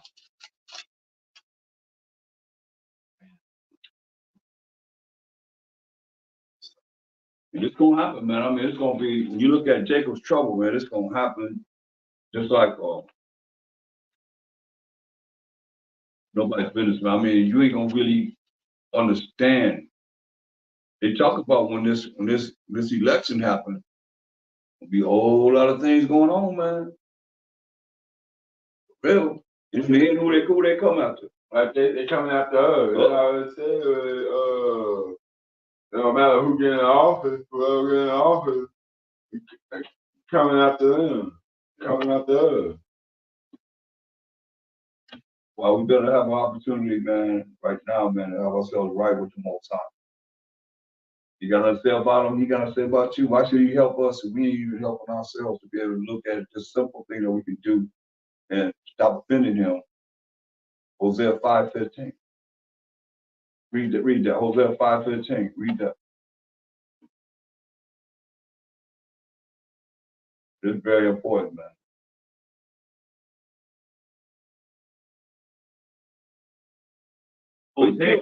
You killed us, man. You killed us as men. Ain't nobody ever cried about that. Anybody ever had a fit about that? They didn't walk out the room. They ain't have a problem with me about that scripture. Ever. But I heard bing, bing, bing. That's people leaving. Women leaving. Ding, ding, ding. I told you guys, I said, look, I'm going to go through these women's scriptures. And I didn't write no scripture. Straight up. We're witnesses. But women did stay and listen. But it was like, Joan, just leaving. Who want to hear it? But they got the zeal of the Most High, I guess. No, they ain't want that knowledge, man. Why not? I mean, cry about the fact that the Most High killed the men. Think about that. What's worse? 5 and 15, huh? But how was he finished? I was on that further expound on that verse. Go ahead. Hosea 5:15. I will go and return to my place till they acknowledge their offense and seek my face. In their affliction, they will seek me early.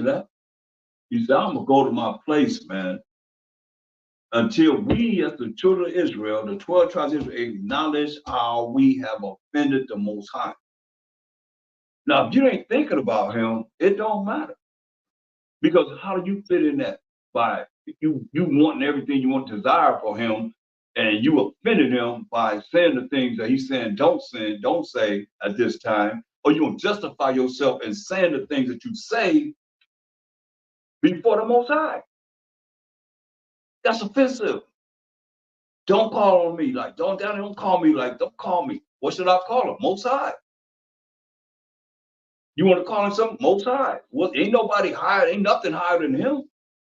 God, Abanawa, our Father.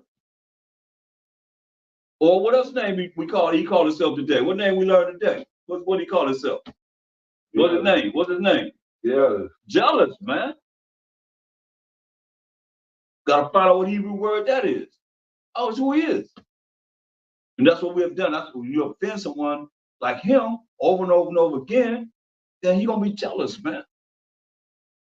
Because we're choosing something, no matter what it is, over him, but yet still you want him to help you to do whatever you want to do, help you in your situation, but you're gonna choose anything that's more powerful than him. It ain't nothing. It ain't nothing. Nothing. And people don't even think about him, man. I'll show you, man, he ain't gonna be accepted until he put all of Hamashiach Messiah's enemies under his footstool. We went over that the other day, man. Right? That's when he's gonna be accepted. After he put all of Hamashiach Messiah's enemies under his footstool. So we got to jumpstart, if you really in the spirit, to not offend him. We ain't what we talking about? Seriously, what were you really talking about? We talking about the names that they have put in this Bible that the majority of our people are following and saying. And we showing that we didn't deal with B-A-A-L tonight, which means L-O-R-D. That's why he spelled M-A-S-T-R-E-R. We're going to start saying ruler. You know what I mean? Get it out the way. What's wrong with that? People are telling me that I got to say Jesus Christ. We said that but we said that tonight. Did we say that name tonight? No. Didn't we read the Bible? Did we read the Gospels? Don't tell me I have to say it. I don't have to say that. If the Most High gave him a name above every name, every entity in heaven and earth and under the earth, gonna bow down to him, how was you gonna tell me I gotta say that name that they made up? The J was invented in what, 1630 AD? That wasn't his name when he walked the earth. You don't know about that name. He come back, you're gonna be called on that name. Or he gonna hear me because it's written in English. Oh yeah? When you had an opportunity to know his name and then you rejected, Or they're gonna kind of call him other names. Mother name. Yeah. You see? This is real simple. Especially when you look at it, nobody ever asks who I'm talking about. When I say Hamashiach Yahushai, nobody ever asks me who I'm talking about. But we'll quick to say, oh, you gotta say, you gotta say it because what they say, people don't know who you're talking about. Do we say it? Don't we? You read, you're the reader, right? And you read, you eliminate that, right? We eliminate certain words, point blank. Ain't nobody saying who we talking about. Ain't nobody ever said anything about why we don't say this, why we don't say that, have they? Oh. So y'all in the mix with me now. I'm talking about over 30-something years, man. At least over 25 years, 26 years. They just asked me in Jamaica how to pronounce it. That's it. Come on, man. Y'all believe in the Most High, you don't. Acts 26 and 14. So when he came down, he met Mashal made Paul on the road to Damascus. I mean, everybody can think they just that and third, whatever, but ain't nobody like Paul. When he was named with Saul, he was killing people for about a song, Mashal Shai, saying that name. Look what it says. When he met him on the road to Damascus, surely he spoke in English. Maybe Latin. Maybe German. The book of Acts, chapter 26 and verse 14. And when we were all fallen to the earth, I heard a voice speaking unto me and saying in the Hebrew tongue. No, the Latin tongue. In the Hebrew tongue. The Greek tongue. In the Hebrew tongue. In the Hebrew tongue. What did he say to him? Saul, Saul, why persecutest thou me? It is hard for thee to kick against the pricks. Yeah, man, because he was persecuting we the Israelites for Bahasham Hamashiach Hawashah. Man. Point blank. That was the Mashiach Yahushai talking to him in the Hebrew tongue. It wasn't Latin, it wasn't Greek, it was Hebrew. Did he come back? Did he come back and talk to him? Yeah. Huh? Hey, there it is. We can change, man. We don't have to say them names, man. You'll offend the Most High. That's why I say I'm gonna go to my place so that we acknowledge our offense, man. And seek his face. And let you know, man, we did things that made him turn his back on us. Turn his face away from us. Would you love for the Most High to face us as a nation again? I mean, you gotta, if all you want information, man, just go and get the information. But spiritually, the Most High is a spirit. You want to really want to touch him, you got to come back to him spiritually, man. First, it starts with not offending him. It's something simple, man. I don't know why it's so hard for people to change. We're working on change. We're working on being born again and not doing the things that would offend him. We say you keeping the commandments, but then you got this, you follow what the heathen put in here, man. To have us do what? Call on them. Call on some other entity. And offend him. Point blank. Everybody hear my voice? You think something different? Bring it. Bring it. You know you don't have to deal with the Most High, I know that. That's what I'm talking about. And sincerely, as anointed, as the Most High has anointed us to be able to bring forth his word, you love him, then you're going to change. If not, then hey, when that judgment comes, we talking about something real simple. We talking about a few words, right? As far as these entities that we not saying. What we got? What are they? AMEN, LORD, even GOD, huh? MASTER. Yeah, MASTER, because that's what it meant, right? BAAL, we'd have looked it up over and over again, but most I speak once, twice, man, receive it not. BAAL is LORD, and what you just said, MASTER, that's what it means. Look it up in any Bible dictionary, because ain't nothing before A, right? In English alphabet, right? BAAL. And I know y'all heard it. Some of y'all heard it. If you ain't changed, it don't mean nothing. But some people might be new hearing it. And those that have heard it don't change, hey.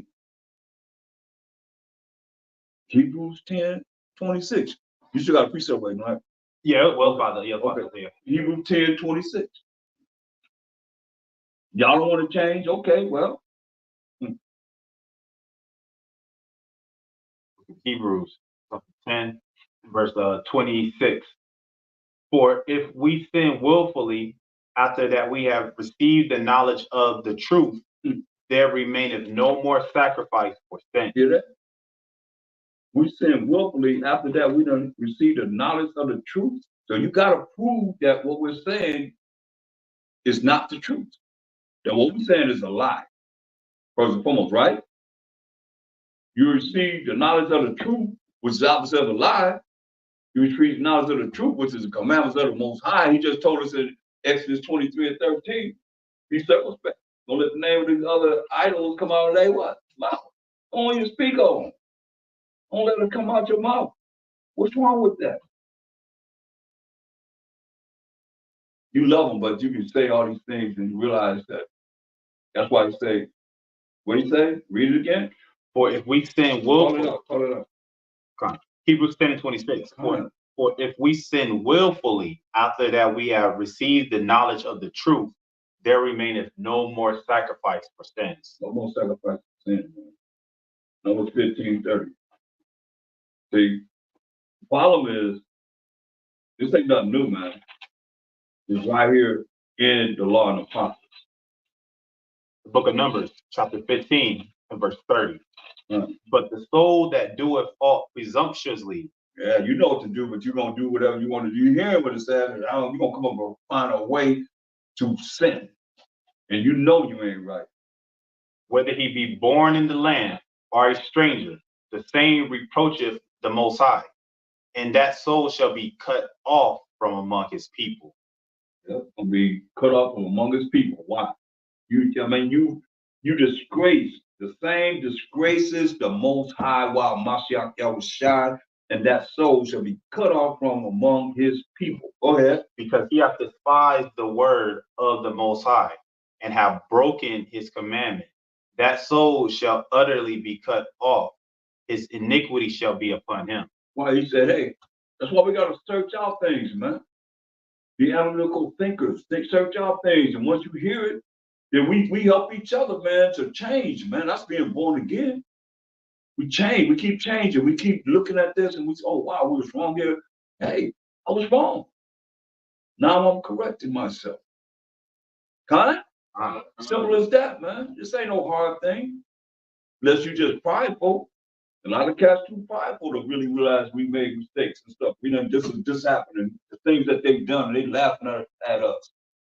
And you realize it. Steady said LOID. Yeah, we got them. They look at it, yeah, we got them. Yeah. Yeah, I was just thinking that it's maybe even more of an offense for the brothers who actually have the name, right? Because Esau put LORD where the tetragrammaton is. So the brothers who now have the name Yahweh, but they're also using LORD as if that wasn't supposed to be the replacement. So now you're using both of them. Like you need to let that other one go. But like now that you actually have the name and you're still using this idol's name too, They don't know it though. That's why it's got to be repeated over. Look, get Job 33:14, man. It's got to be repeated over and over and over again. That's why some kind of way it worked its way in this lesson. You know what I'm saying? It works itself way it is so that it's got to be repeated. Because the Most High say what? Job chapter 33, verse 14. For the Most High speaketh once, yea, twice, yet man perceiveth not. Most High speak once, yea, twice. Man perceives it not, man. That's why sometimes you see this, like we just read. We read the New Testament, mainly you reading about the Old Testament. You're not a precept. Like we just read what? Hebrews 10:26, right? Coming from what? The law. Exodus 15 and 30 and 31. It's telling you that. Well, no New Testament. They only had the law of the prophets. That's all they read from. When they went to synagogue, what they read. Come on, man. We gotta really start not being so what can I say, deep want to think of things so deep. I think that's where it was simple. The simplicity of a Mashiach Yahushua. That's why Moses said, how long you simple ones, you're trying to be so deep, but you end up being simple. When it's something simple, that's what it is you should be looking at to be able to understand, especially when you see it right there. Acts 13 and 15. And then I want you to bring out what you were about the woman. Yeah, well, it actually kind of ties into everything we talk about now too. Cool. Right. Go ahead. Acts 13 and verse 15. And after the reading of the law and the prophets, the rulers of the synagogue sent unto them, saying, Ye men and brethren, if ye have any word of exhortation for the people, stay on. So what did they read? After the reading what? Of what? The law and the prophet. Where's that at? That's what I'm saying, man. That's all they had to read. After the reading of the law and the prophets, the rulers of the synagogue sent unto them, saying, you know, what you gotta say? Could they say anything before they read out of the Old Testament, the old scrolls? No. That was the structure. After the reading of the law and the prophets, after the reading of the Old Testament. Why do people that call themselves preachers not dealing with this? If they're supposed to be leading our people. Most I said these pastors, man, scatterbraining our people, man. They scattered the sheep of his flock, man, in Jeremiah 23 and 1. Because they don't read the law and the prophets, do they? I mean, some of y'all look at y'all don't know about religious, man. They do with the law and the prophets. Book of Jeremiah, chapter 23 and verse 1. Woe be unto the pastors that destroy and scatter the sheep of my pasture, saith the Most High. See? There won't be destruction to you, pastors, that are having our people be scatterbrained. Can't even read the Bible. You read the Bible, like them cats up there talking about, read the Bible, John 3:16. Read the Bible, John 3:16. Read the Bible. You read the Bible.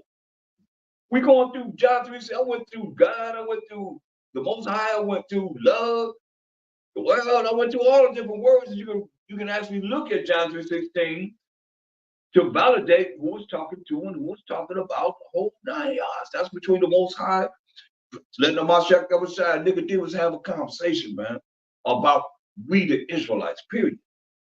You start verse 1, they won't go there. They just got that one verse. And what other verse they got? Galatians 3:28. Everybody knows. Why everybody know this? And then, you know, somebody, I ask people, I say, yeah. I said, we had scoffers coming against us before. They was just going in. What verse you think they was bringing up? Everybody knew John 3:16. Everybody. Nobody missed that. That show you how the Christian religion, man, they just finished, man. Read the Bible. John 3:16. Read the Bible. Yep. You kept saying it, didn't you? That's all they was saying. Like, I don't know if we don't know if they said the clones out there or not, man. You know, because it was like, he kept saying the same thing over and over again. No matter what we said to him, he just kept saying the same thing. Like, read the Bible. We read the Bible. Hey, look, but you see what they read? They read the law and the prophets, man. I could be a Chinese. Like what? Everybody could be Israelite. I just looked at them. If y'all check out Christian tell on I mean, it is what it is, man. I mean, this is the worst drug they ever gave us. It's worse than crack cocaine and meth and all of that, man. It's worse than everything, man. When you think about how they react and you handle the Bible, just look at the videos, because that's what we've been doing. We handle the Bible, right? And they what they do, they put the Bible on their arm and they just keep talking. Just talk. After this day in the Bible, it's all Bible. Yeah. You put the Bible up and find the scripture, you know, bring it up. Oh, it's not the Bible, and the only part open it up. Not this. One time we were teaching, he said, give me the Bible back. And then he gave it to the brother that was standing there. Yeah, brother, here go the Bible. Video Sadiq is. Yeah, that's last video. Oh, okay, yeah. See, I mean, what good is it, man? I mean, they're not paying attention, man. I mean, our people, man, it's like, it's the end of the world. Well, our people gonna wait till what you see over there in Israel and the people that they fighting against, you gotta wait till they come to America, and then you gonna try to get yourself together. That's what it seems like. It's at their front door. It's right here, man. It's right here. Right here, man. Our sample should go far in the ocean, and the whole world gonna kind of homeless still. Yep. You know, we looking crazy, man, because It happened. they gonna wish that they had really tried to learn, man. You know, look at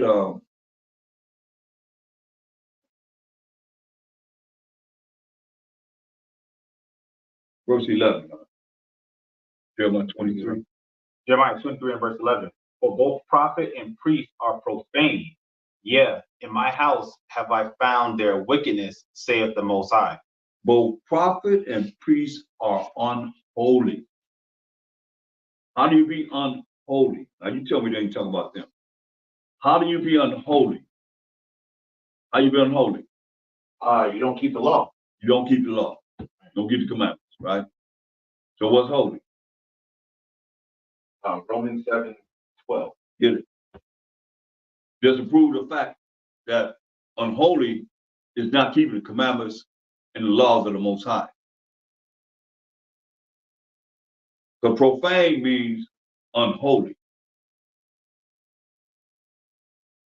Read that. Romans 7:12. Wherefore the law is holy, and the commandment holy, and just and good. See? The law is holy, that the Most High wrote with his finger. The commandment is holy, that the Most High wrote with his finger. And just and good. Say, for both prophet and priest are profane, meaning unholy. Yeah, in my house I have found their wickedness, said the Most High. He done found their wickedness. You know, it's terrible, man. Go ahead. Wherefore their way shall be unto them as slippery ways in the darkness. Slipping in the darkness. Their ways gonna be unto them as slippery ways in the darkness, man. Slippery ways, falling this way and that way, in ignorance and not knowing. Darkness means ignorance, not knowing, being stupid. Read. They shall be driven on and fall therein. You know that? They're gonna be driven on and fall therein. That's where they at. In darkness, ignorant, not knowing, and don't care. And our people don't care to care that they don't care about coming back to the word of the Most High in truth and righteousness, man, instead of being profane, unholy. Read. For I will bring evil upon them. What do you say? I will bring evil upon Y'all better hear these preachers. You better hear what the Most High is saying. And everybody else that don't want to follow what it is that the Most High name tonight is what?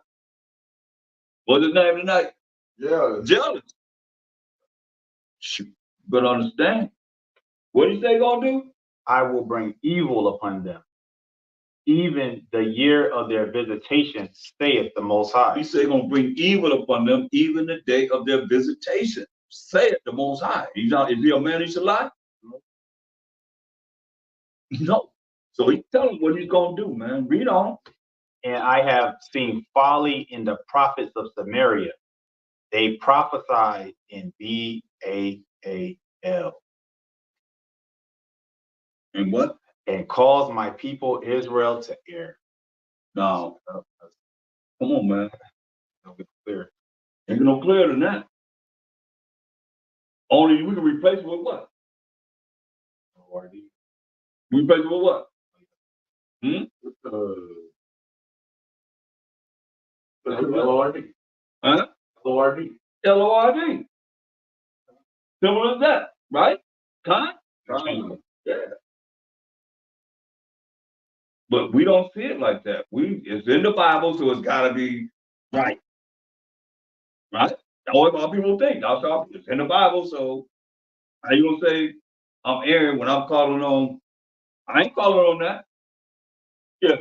But also, it's like craftiness of Esau because they got the blue letter Bible, and if you click on that name, or if you click on like LORD, it'll show it's like Jehovah, right? But it's like that's something new because before it wasn't LORD translates to Jehovah, it was LORD is BAAL. So now they It was? yeah, come. Oh, you seen it? Yeah, come. Oh, really? Yeah, I looked it up like where that name came from, right? So if it was in the Bible originally and it translated to BAAL, and then they just came up with something new like a blue letter and they click on that name, now you speak Jehovah. So it's kind of like tricking our people that they think, okay, that's the true translation, but it doesn't go back to BAAL. Yeah. But it used to. God, Now, you have seen it when it actually went to that. Right, like when I looked up where the name came from, LORD, and then it was like way back, going back to BAL.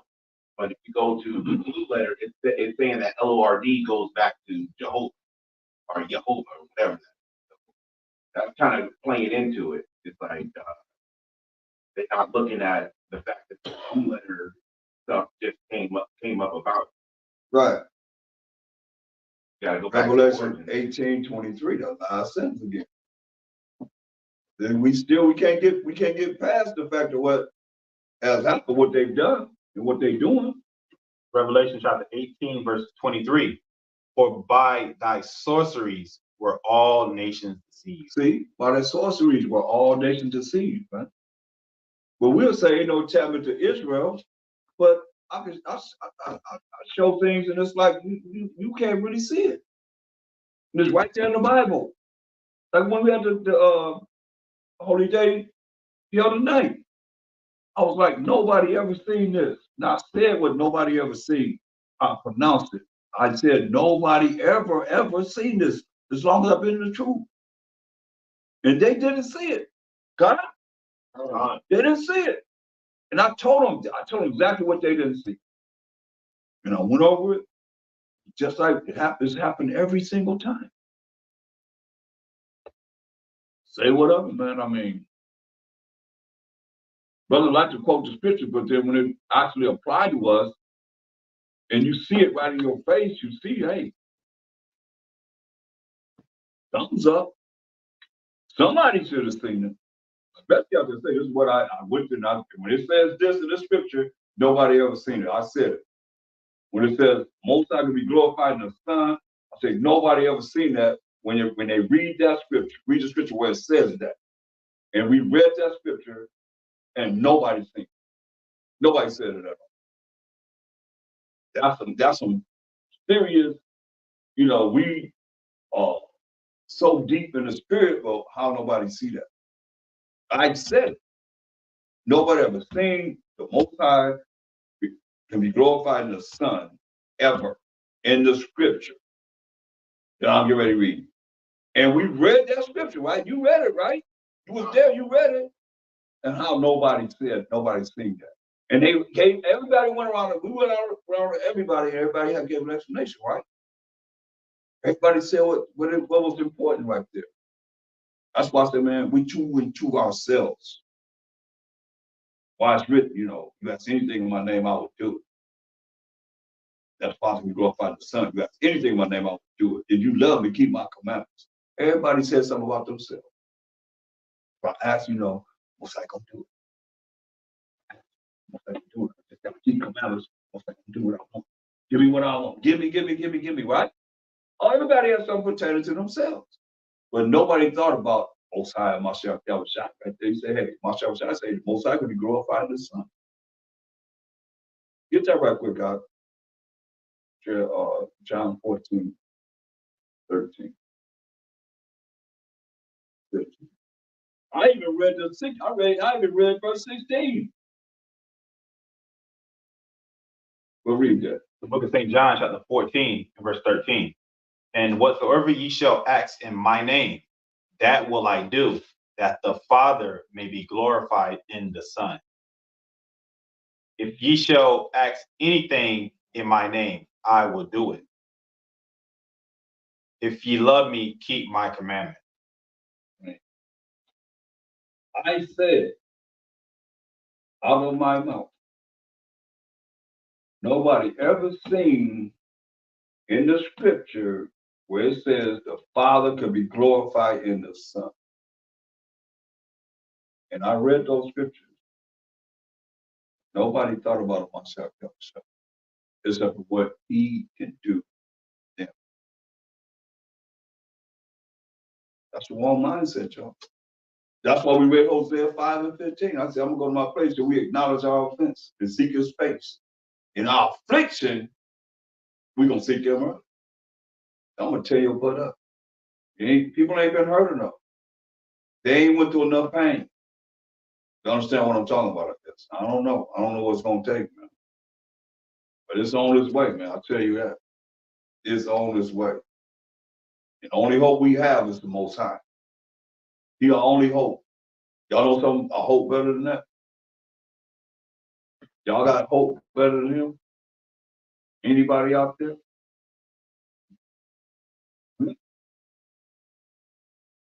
We talk about a few things to get rid of. That's eliminate out of our vocabulary and change. With change, man. With being born again, and it's not hard, man. I ain't been doing it for years, so nobody ever, had a problem with it. So I don't see nobody should have a problem with this except for changing, man, and consider him. Just think about him. Zechariah 7.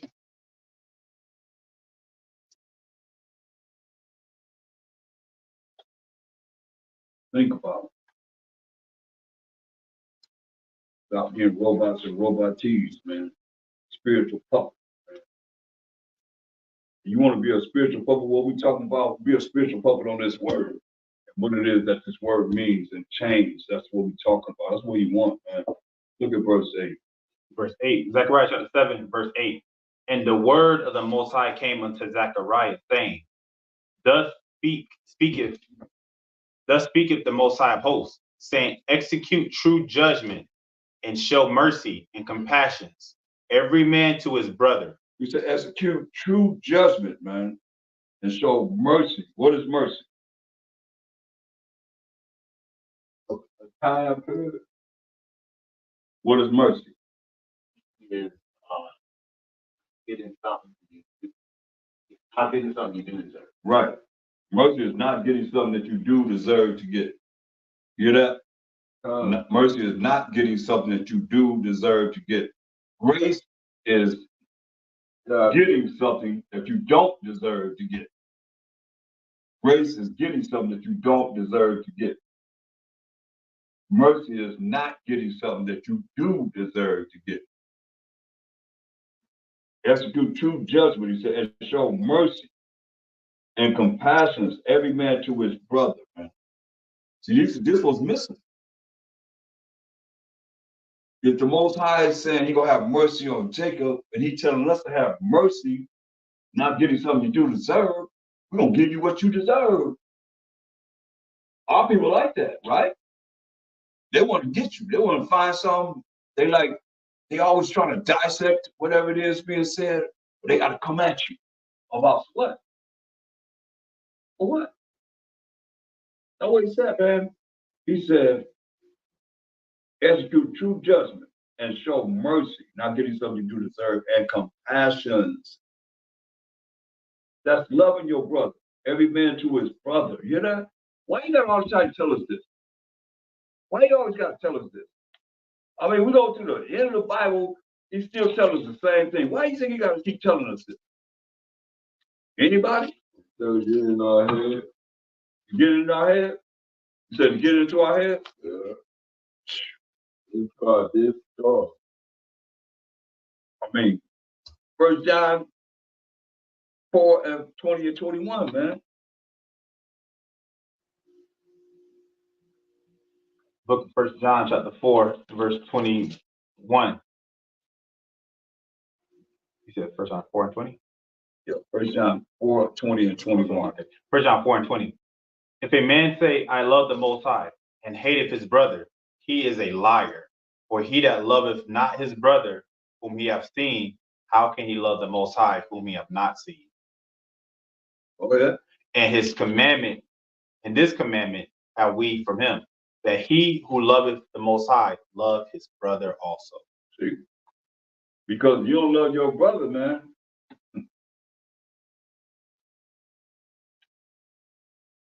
1 John 3 and 15. Book of 1 John chapter 3 and verse 15.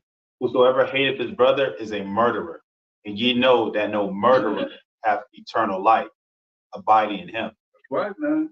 You hate your brother, man, you a murderer. We only got a few more chapters to go before the Bible's over with, right? And he's still telling us the same thing. We way back in Zechariah. We go back to Deuteronomy. Go back to Genesis. Cain killed Abel, man.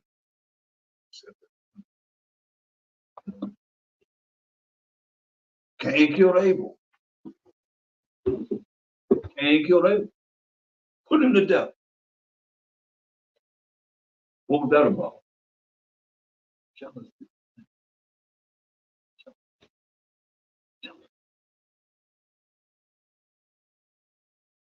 But the Most High accepted Abel's sacrifice of what he required us to sacrifice. Cain gonna say same thing. Most High gonna accept me like I am. You gotta accept this, Most High. You gotta accept, Most High, follow my heart. I follow my heart. I'll put out some crops. I'll grow some crops, so you gotta accept this. Read Hebrews 9:22. You gotta accept this. Some dang on crops grown from the ground. Hebrews 9 and 22.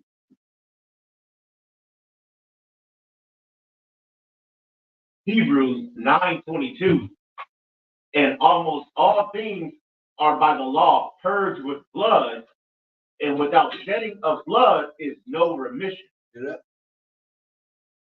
You say all things are purged with blood, man. Without shedding of the blood, man, there was no remission, man. That's why Mashiach had to come. This blood had to be shed. His blood had to be shed. As I said in Isaiah 3 and 10. Read that. So you know how the Most High feels. And you don't think he gonna have some kind of special treatment for us? Or who we are as individuals? I don't respect a person. He have respect to us as a nation. All Israel, man. Read that. This is how the Most High feel about putting the Mashiach Shai to death. What he say? Isaiah 53:10. Yet it pleased the Most High to bruise him. He hath put him to grief. When thou shalt make his soul an offering for sin, he shall see his seed. He shall prolong his days, and the pleasure of the Most High shall prosper in his hand. There it is, man.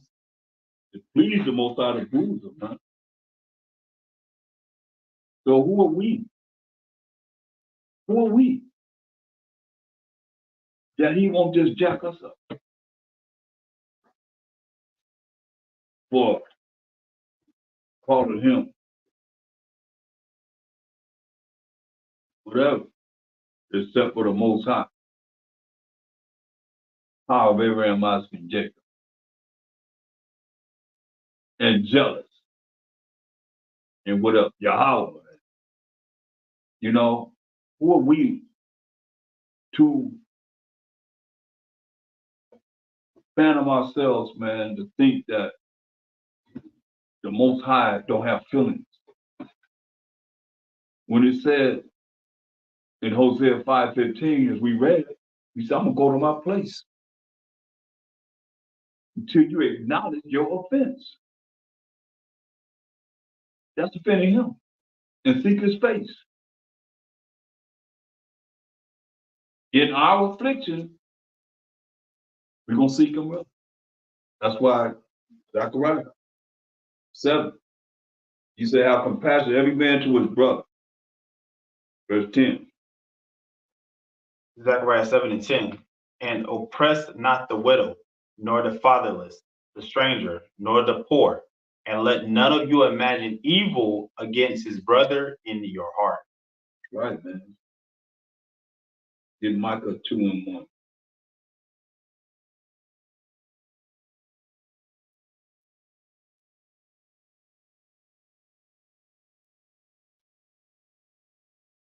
The book of Micah, chapter 2 and verse 1. Woe to them that devise iniquity and work evil upon their bed.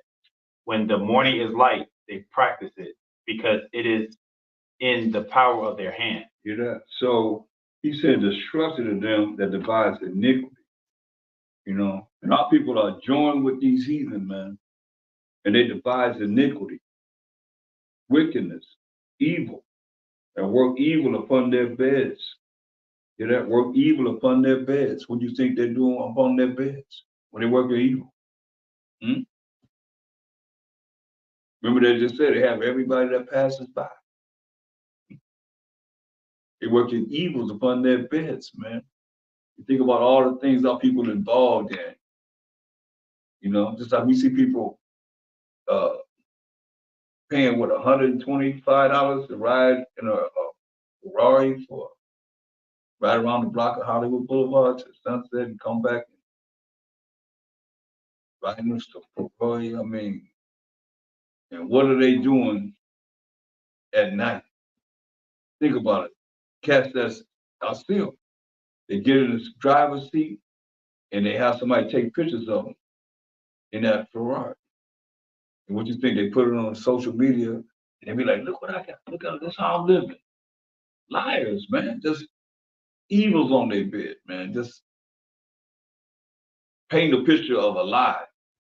Not only that, when you look at all the things that's going on that they're gonna be exposing Diddy and all the things that they were doing, then you got all the other people that was involved in the same thing that he was involved in, part of it. Left and right, man. Evils in their beds, man. Child molested. You know, they got a big lawsuit against the Catholic Church. People that's up to 60 years old suing them been molested when they was a child. That don't go nowhere. That don't go nowhere. Think about that, man. And this most of the religions are based upon the Catholic Church. Y'all know that, right? A lot of them based upon the Catholic Church, man. Just like us, man. We the salt of the earth. And you take a little bit away from us, everybody want to be like us. They want to be us, but they want to be like us. Everything's still from the Catholic Church. Here we are now in this day and age, man, and we can't even see the light or the darkness that they brought about for the people to program the people to believe a certain way. That's why I said, woe to them that devise iniquity and work evil off on their beds, man. When the morning is light, when the morning comes, they don't work this evil at night. Think about it. And work all this evil at night. Say, and when the morning is light, they practice it. They practice it. Like you say, when they come back, when they go down, it's going to always come back to who? Us. It'll come back to us. Why? Why do you think it always come back to us? No matter what it is. Why do you think it always come back to us? The salt of the earth. Because the salt of the earth. Yeah.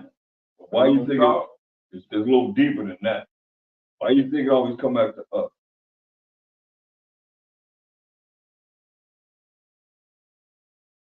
It's real simple. Can you restate it?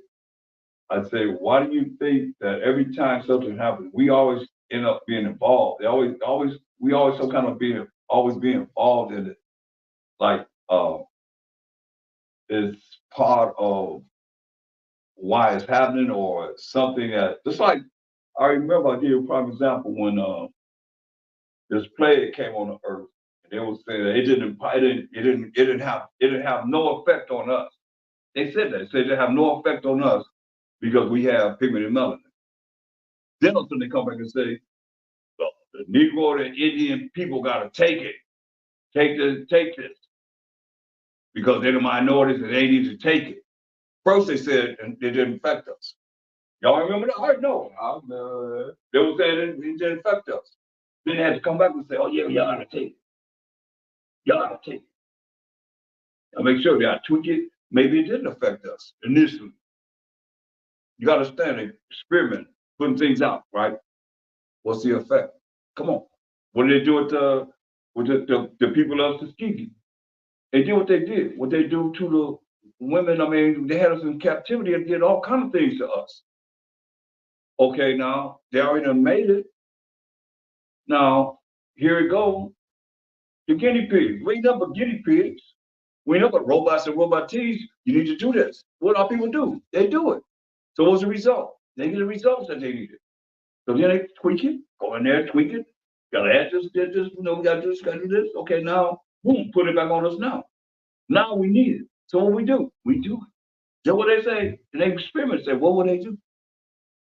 They're gonna do it. And we did do it. Man, I gave more condolences during that plague to the most I put upon this earth and ever in my life. Ever in my life. The people that died. I don't know if I know they was trying to put that on a death certificate, but the people that died, man, I'm being, cautious for fair use, you know what I mean? But y'all know what I'm talking about, right? Con? Yeah. And here it is now. It's like I heard Bill Gates say, we have about 6 to 9 billion people in the earth, but we can reduce the population through vaccines. He said that to the university student. Said that. But everybody gonna do whatever they do and still come back to us. Watch. All you do is pay attention. One way or another will always come back to us. It's real simple. Why you think? Because what? Oh, me. Yeah. I was gonna say, only because they hate the Most High. And this is how well, they can't get to the Most High, so they go after us. Mm-hmm. That's true. But a little deeper than that.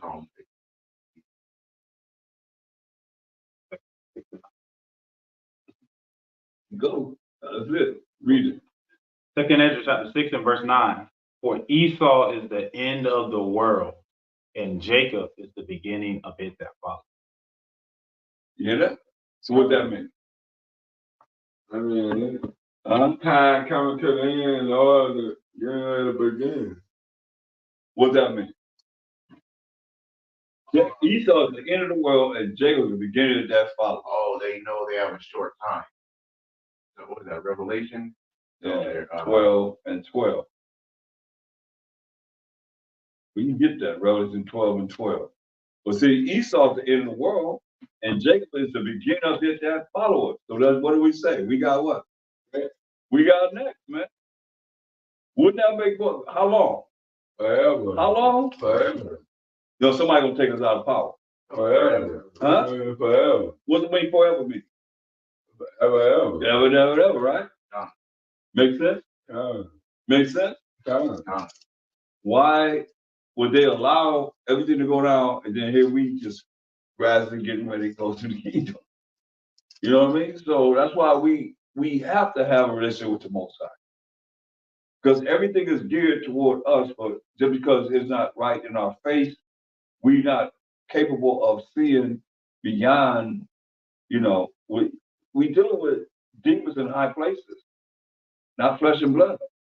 But them demons in high places are dealing with those that are flesh and blood that have bowed down to them, and they're operating in the spirit of these demons that's got them controlled by what it is that they have to do.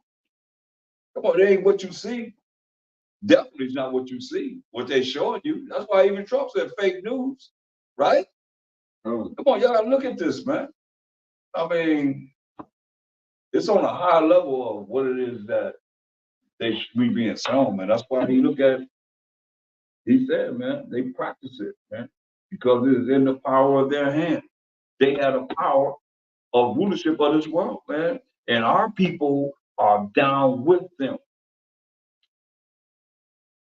They're against us just like they are. They're just like them or worse. Because they got to show forth a sign that they down. They ain't got to do nothing but just be themselves. They ain't got to do nothing but be themselves. Our people got to go do extra. Make sure that they definitely a great Sambo. Man, so you understand this, man. This ain't something that you can just think that don't get too caught up in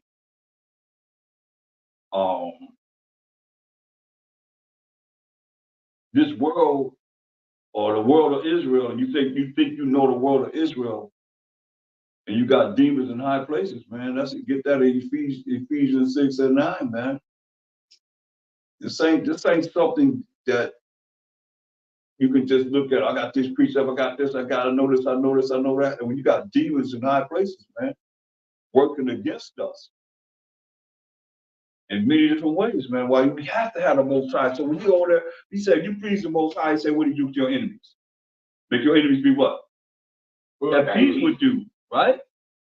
You please the Most High, make even your enemies be at peace with you. So you please the Most High. How you gonna please the Most High? He ain't even in your world. He ain't even in your conversation. Y'all get tired of me talking about him. I don't care. I don't care. I don't care. Bring it. Because I know what's needed.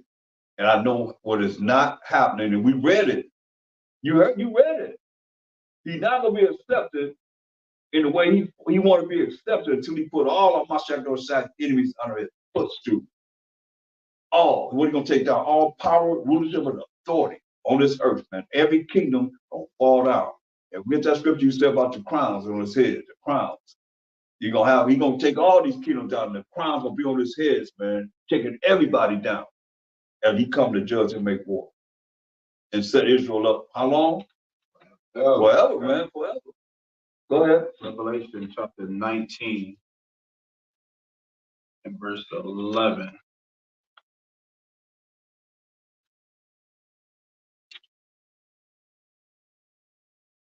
And I saw, Revelation 19:11. And I saw heaven open, and behold, a white horse. And he that sat upon him was called Faithful and True. And in righteousness he doth judge and make war. That's Mashiach Yahushua. Point blank. Coming to judge and make war, man. Behold, a white horse, righteous power, and he that sat upon it was called Faithful and True. And in righteousness, we know, class, what righteousness is. Everybody knows what righteousness is, right? Con? You know how to define righteousness, Con? You got the two scriptures that define righteousness. It's a lot of them, but it's two that I always give. Deuteronomy 6 and 25. What's the other one in Psalms?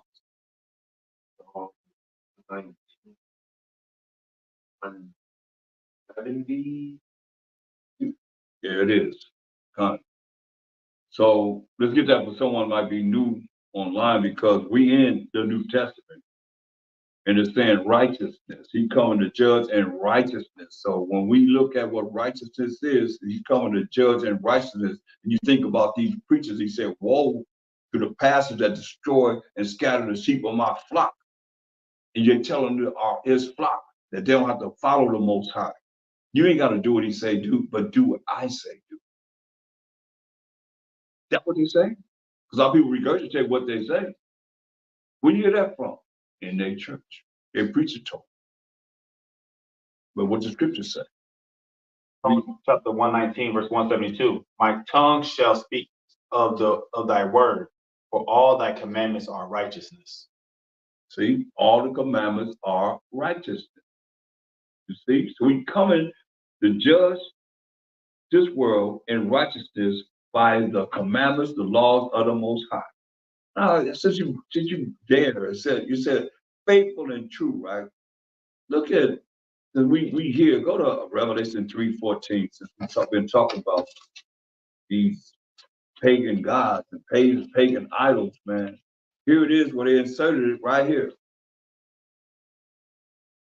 Book of Revelation, chapter 3 and verse 14. So you mean they're gonna go into the blue letter Bible and make it mean something different, right? Y'all Shemai?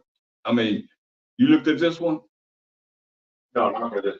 Look up that one. Look up that one. See what they say. And unto the angel of the church of the Macedonians, write these things, saith the Amen. See that? What is the Amen? The faithful and true witness. We just read of Mashiach Rashad, faithful and true. But they saying that this is the faithful and true witness, this Amen. Zeus last name. Zeus last name. Zeus last name. The Greek phony God Zeus last name. I ask people, what's his last name? Nobody knows. You know why? Because Revelation 18:23 says, and by thy sorceries, they deceived all the nations. Man. That's why little by little, was the Spirit ain't never stopped on revealing what it's going to bring all things to your what? Remembrance. So as you think about it, then you change, man. You see that? They call him the faithful and true witness. Mashiach Johnson, he's coming back to judge as a faithful and true in righteousness. They took that faithful and true witness and put their demon there, their idol there. What else they say about The beginning of the creation of the Most High. Come on. The beginning of the creation of the Most High. It's cold, man. You see it? Yeah, it says for Amen on the blue letter, it has firm. And then it says verily. It says at the beginning of a discourse, surely, truly, or of a truth. And then at the end, so it is, so be it, may it be fulfilled. It says it was a custom which passed over from the synagogues to Christian assemblies, that when he who had read or discoursed had offered up solemn prayer to the Most High, the others responded, Amen, and thus made the substance of what was uttered their own. What are they saying there? Why, huh?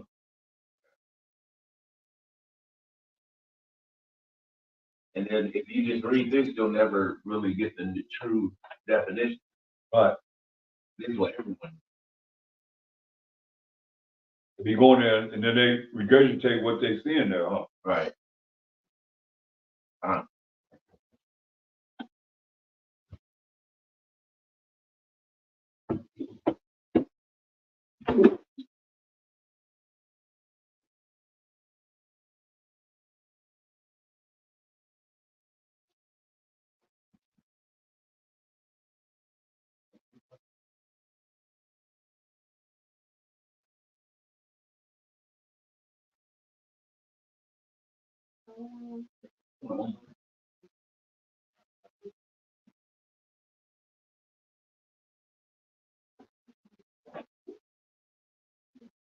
So you see this, that they're saying that this is the faithful and true witness, the beginning of the creation of the Most High. That's a lie. That is a lie. But people believe that because it's there, right? And the Mashiach said, he's the faithful and true. He's faithful and true. And then they want to, you know, put precepts in here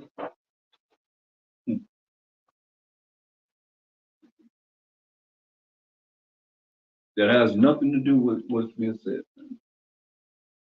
So yeah, we're gonna stop saying it. We all stop saying it. Y'all need to stop saying it, using it for what it is, so that you can really know what it is that it takes to be able to please the Most High, right?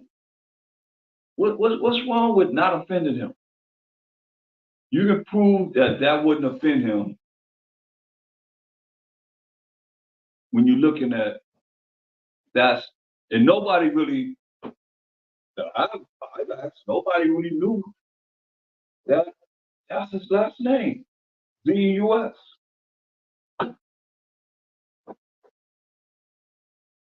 Did y'all know? I was saying, everybody else, they never knew. They never knew that.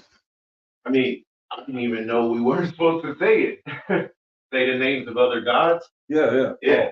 So, you know, just it being his last name before had no relevance to me because I was saying his first name. Right. You know, so, but now after learning that we're not supposed to say the names of the other gods, it became apparent that they put these names in the scriptures because it's not a coincidence. Right. They couldn't put any names in there, but they put these names in here, you know? And if you look at it, you want to kiss someone else, you put it where? In the book. Yeah. They put it in the book. They put it in the book. And through their sorceries, however we're going to look at it, period, there's so many things that we haven't seen spiritually. Read Ephesians 3, 6, and 9.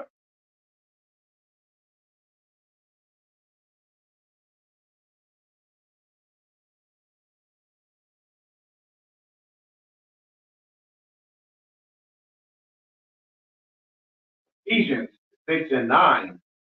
And ye rulers, or Masters, do the same things unto them, forbearing, threatening, knowing that your Master also is in heaven, neither is there respect of persons with him. See? And ye, put that there. Mm-hmm. Gotta put that there. You see? And then they made us read certain, remember they, like in, remember that movie, 12 Years a Slave? No, not 12 Years a Slave, but The Birth of a Nation, about Nat Turner. Y'all remember that, right? Y'all see that movie? And I never seen it. Oh, y'all gotta see that movie. You seen it? Yeah, man. They trained him how to be his pork chop eating preacher, right? In that way. And he flipped it on them. He flipped it. Real tough. He said, they had him go around training the, you want to talk about it or you want to see it or what? I just want to talk about a little bit. Oh, yeah, you can talk about it. Yeah, okay. See it in that, but he was like,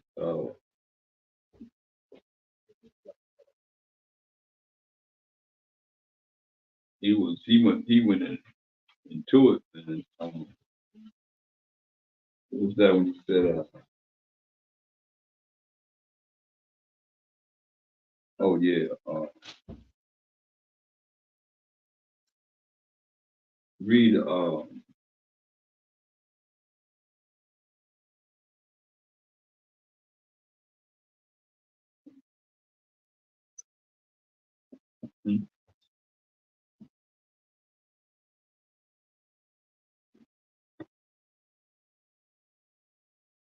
this is what he read, Psalms 149.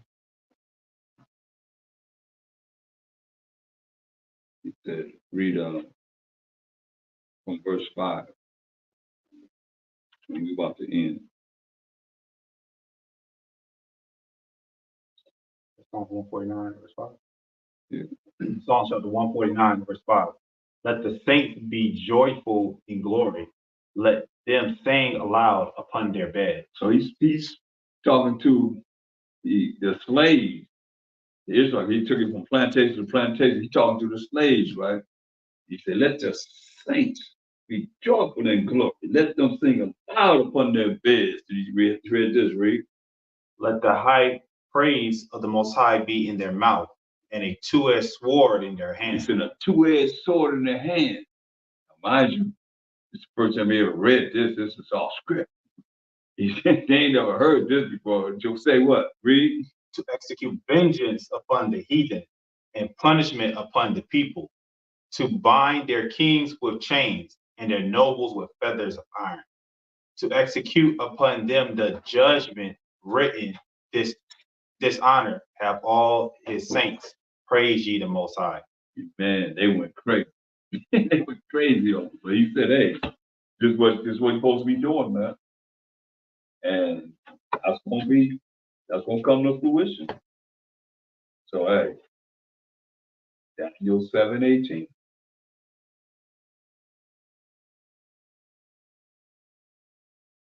And they beat them, man. They beat them bad. The book of Daniel, chapter 7 and verse 18. But the saints of the Most High shall take the kingdom and possess the kingdom forever, even forever and ever. Saints of the Most High.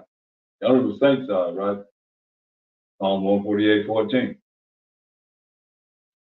Psalm chapter 148 and verse 14. He also exalteth the horn of his people, the praise of all his saints, even of the children of Israel. The children of Israel. Children of Israel. No, read on. A people near unto him. Praise. People near to the Most High. But a people near unto him. Praise ye the Most High. Right. So Daniel 7:18 again. Daniel 7:18. Now that we know the saints are the 12 tribes of Israel, now what does it say? But the saints of the Most High shall take the kingdom and possess the kingdom forever, even forever and ever. Verse 27. Verse 27. And the kingdom and dominion and the greatness of the kingdom under the whole heaven shall be given to the people of the saints of the Most High, whose kingdom is an everlasting kingdom, and all dominion shall serve and obey him. That's right, man. We're going to be given the kingdom. That's why it's so important to understand the importance of coming back to the Most High, man, because the kingdom will be given to the children of Israel. And all the minions going to serve and obey him, man. Read on. Hitherto is the end of the matter. Hitherto is the end of the matter, man. So I hope this was edifying. I hope we had a great time in going to these scriptures and bringing it forth. And hallelujah to the Most High.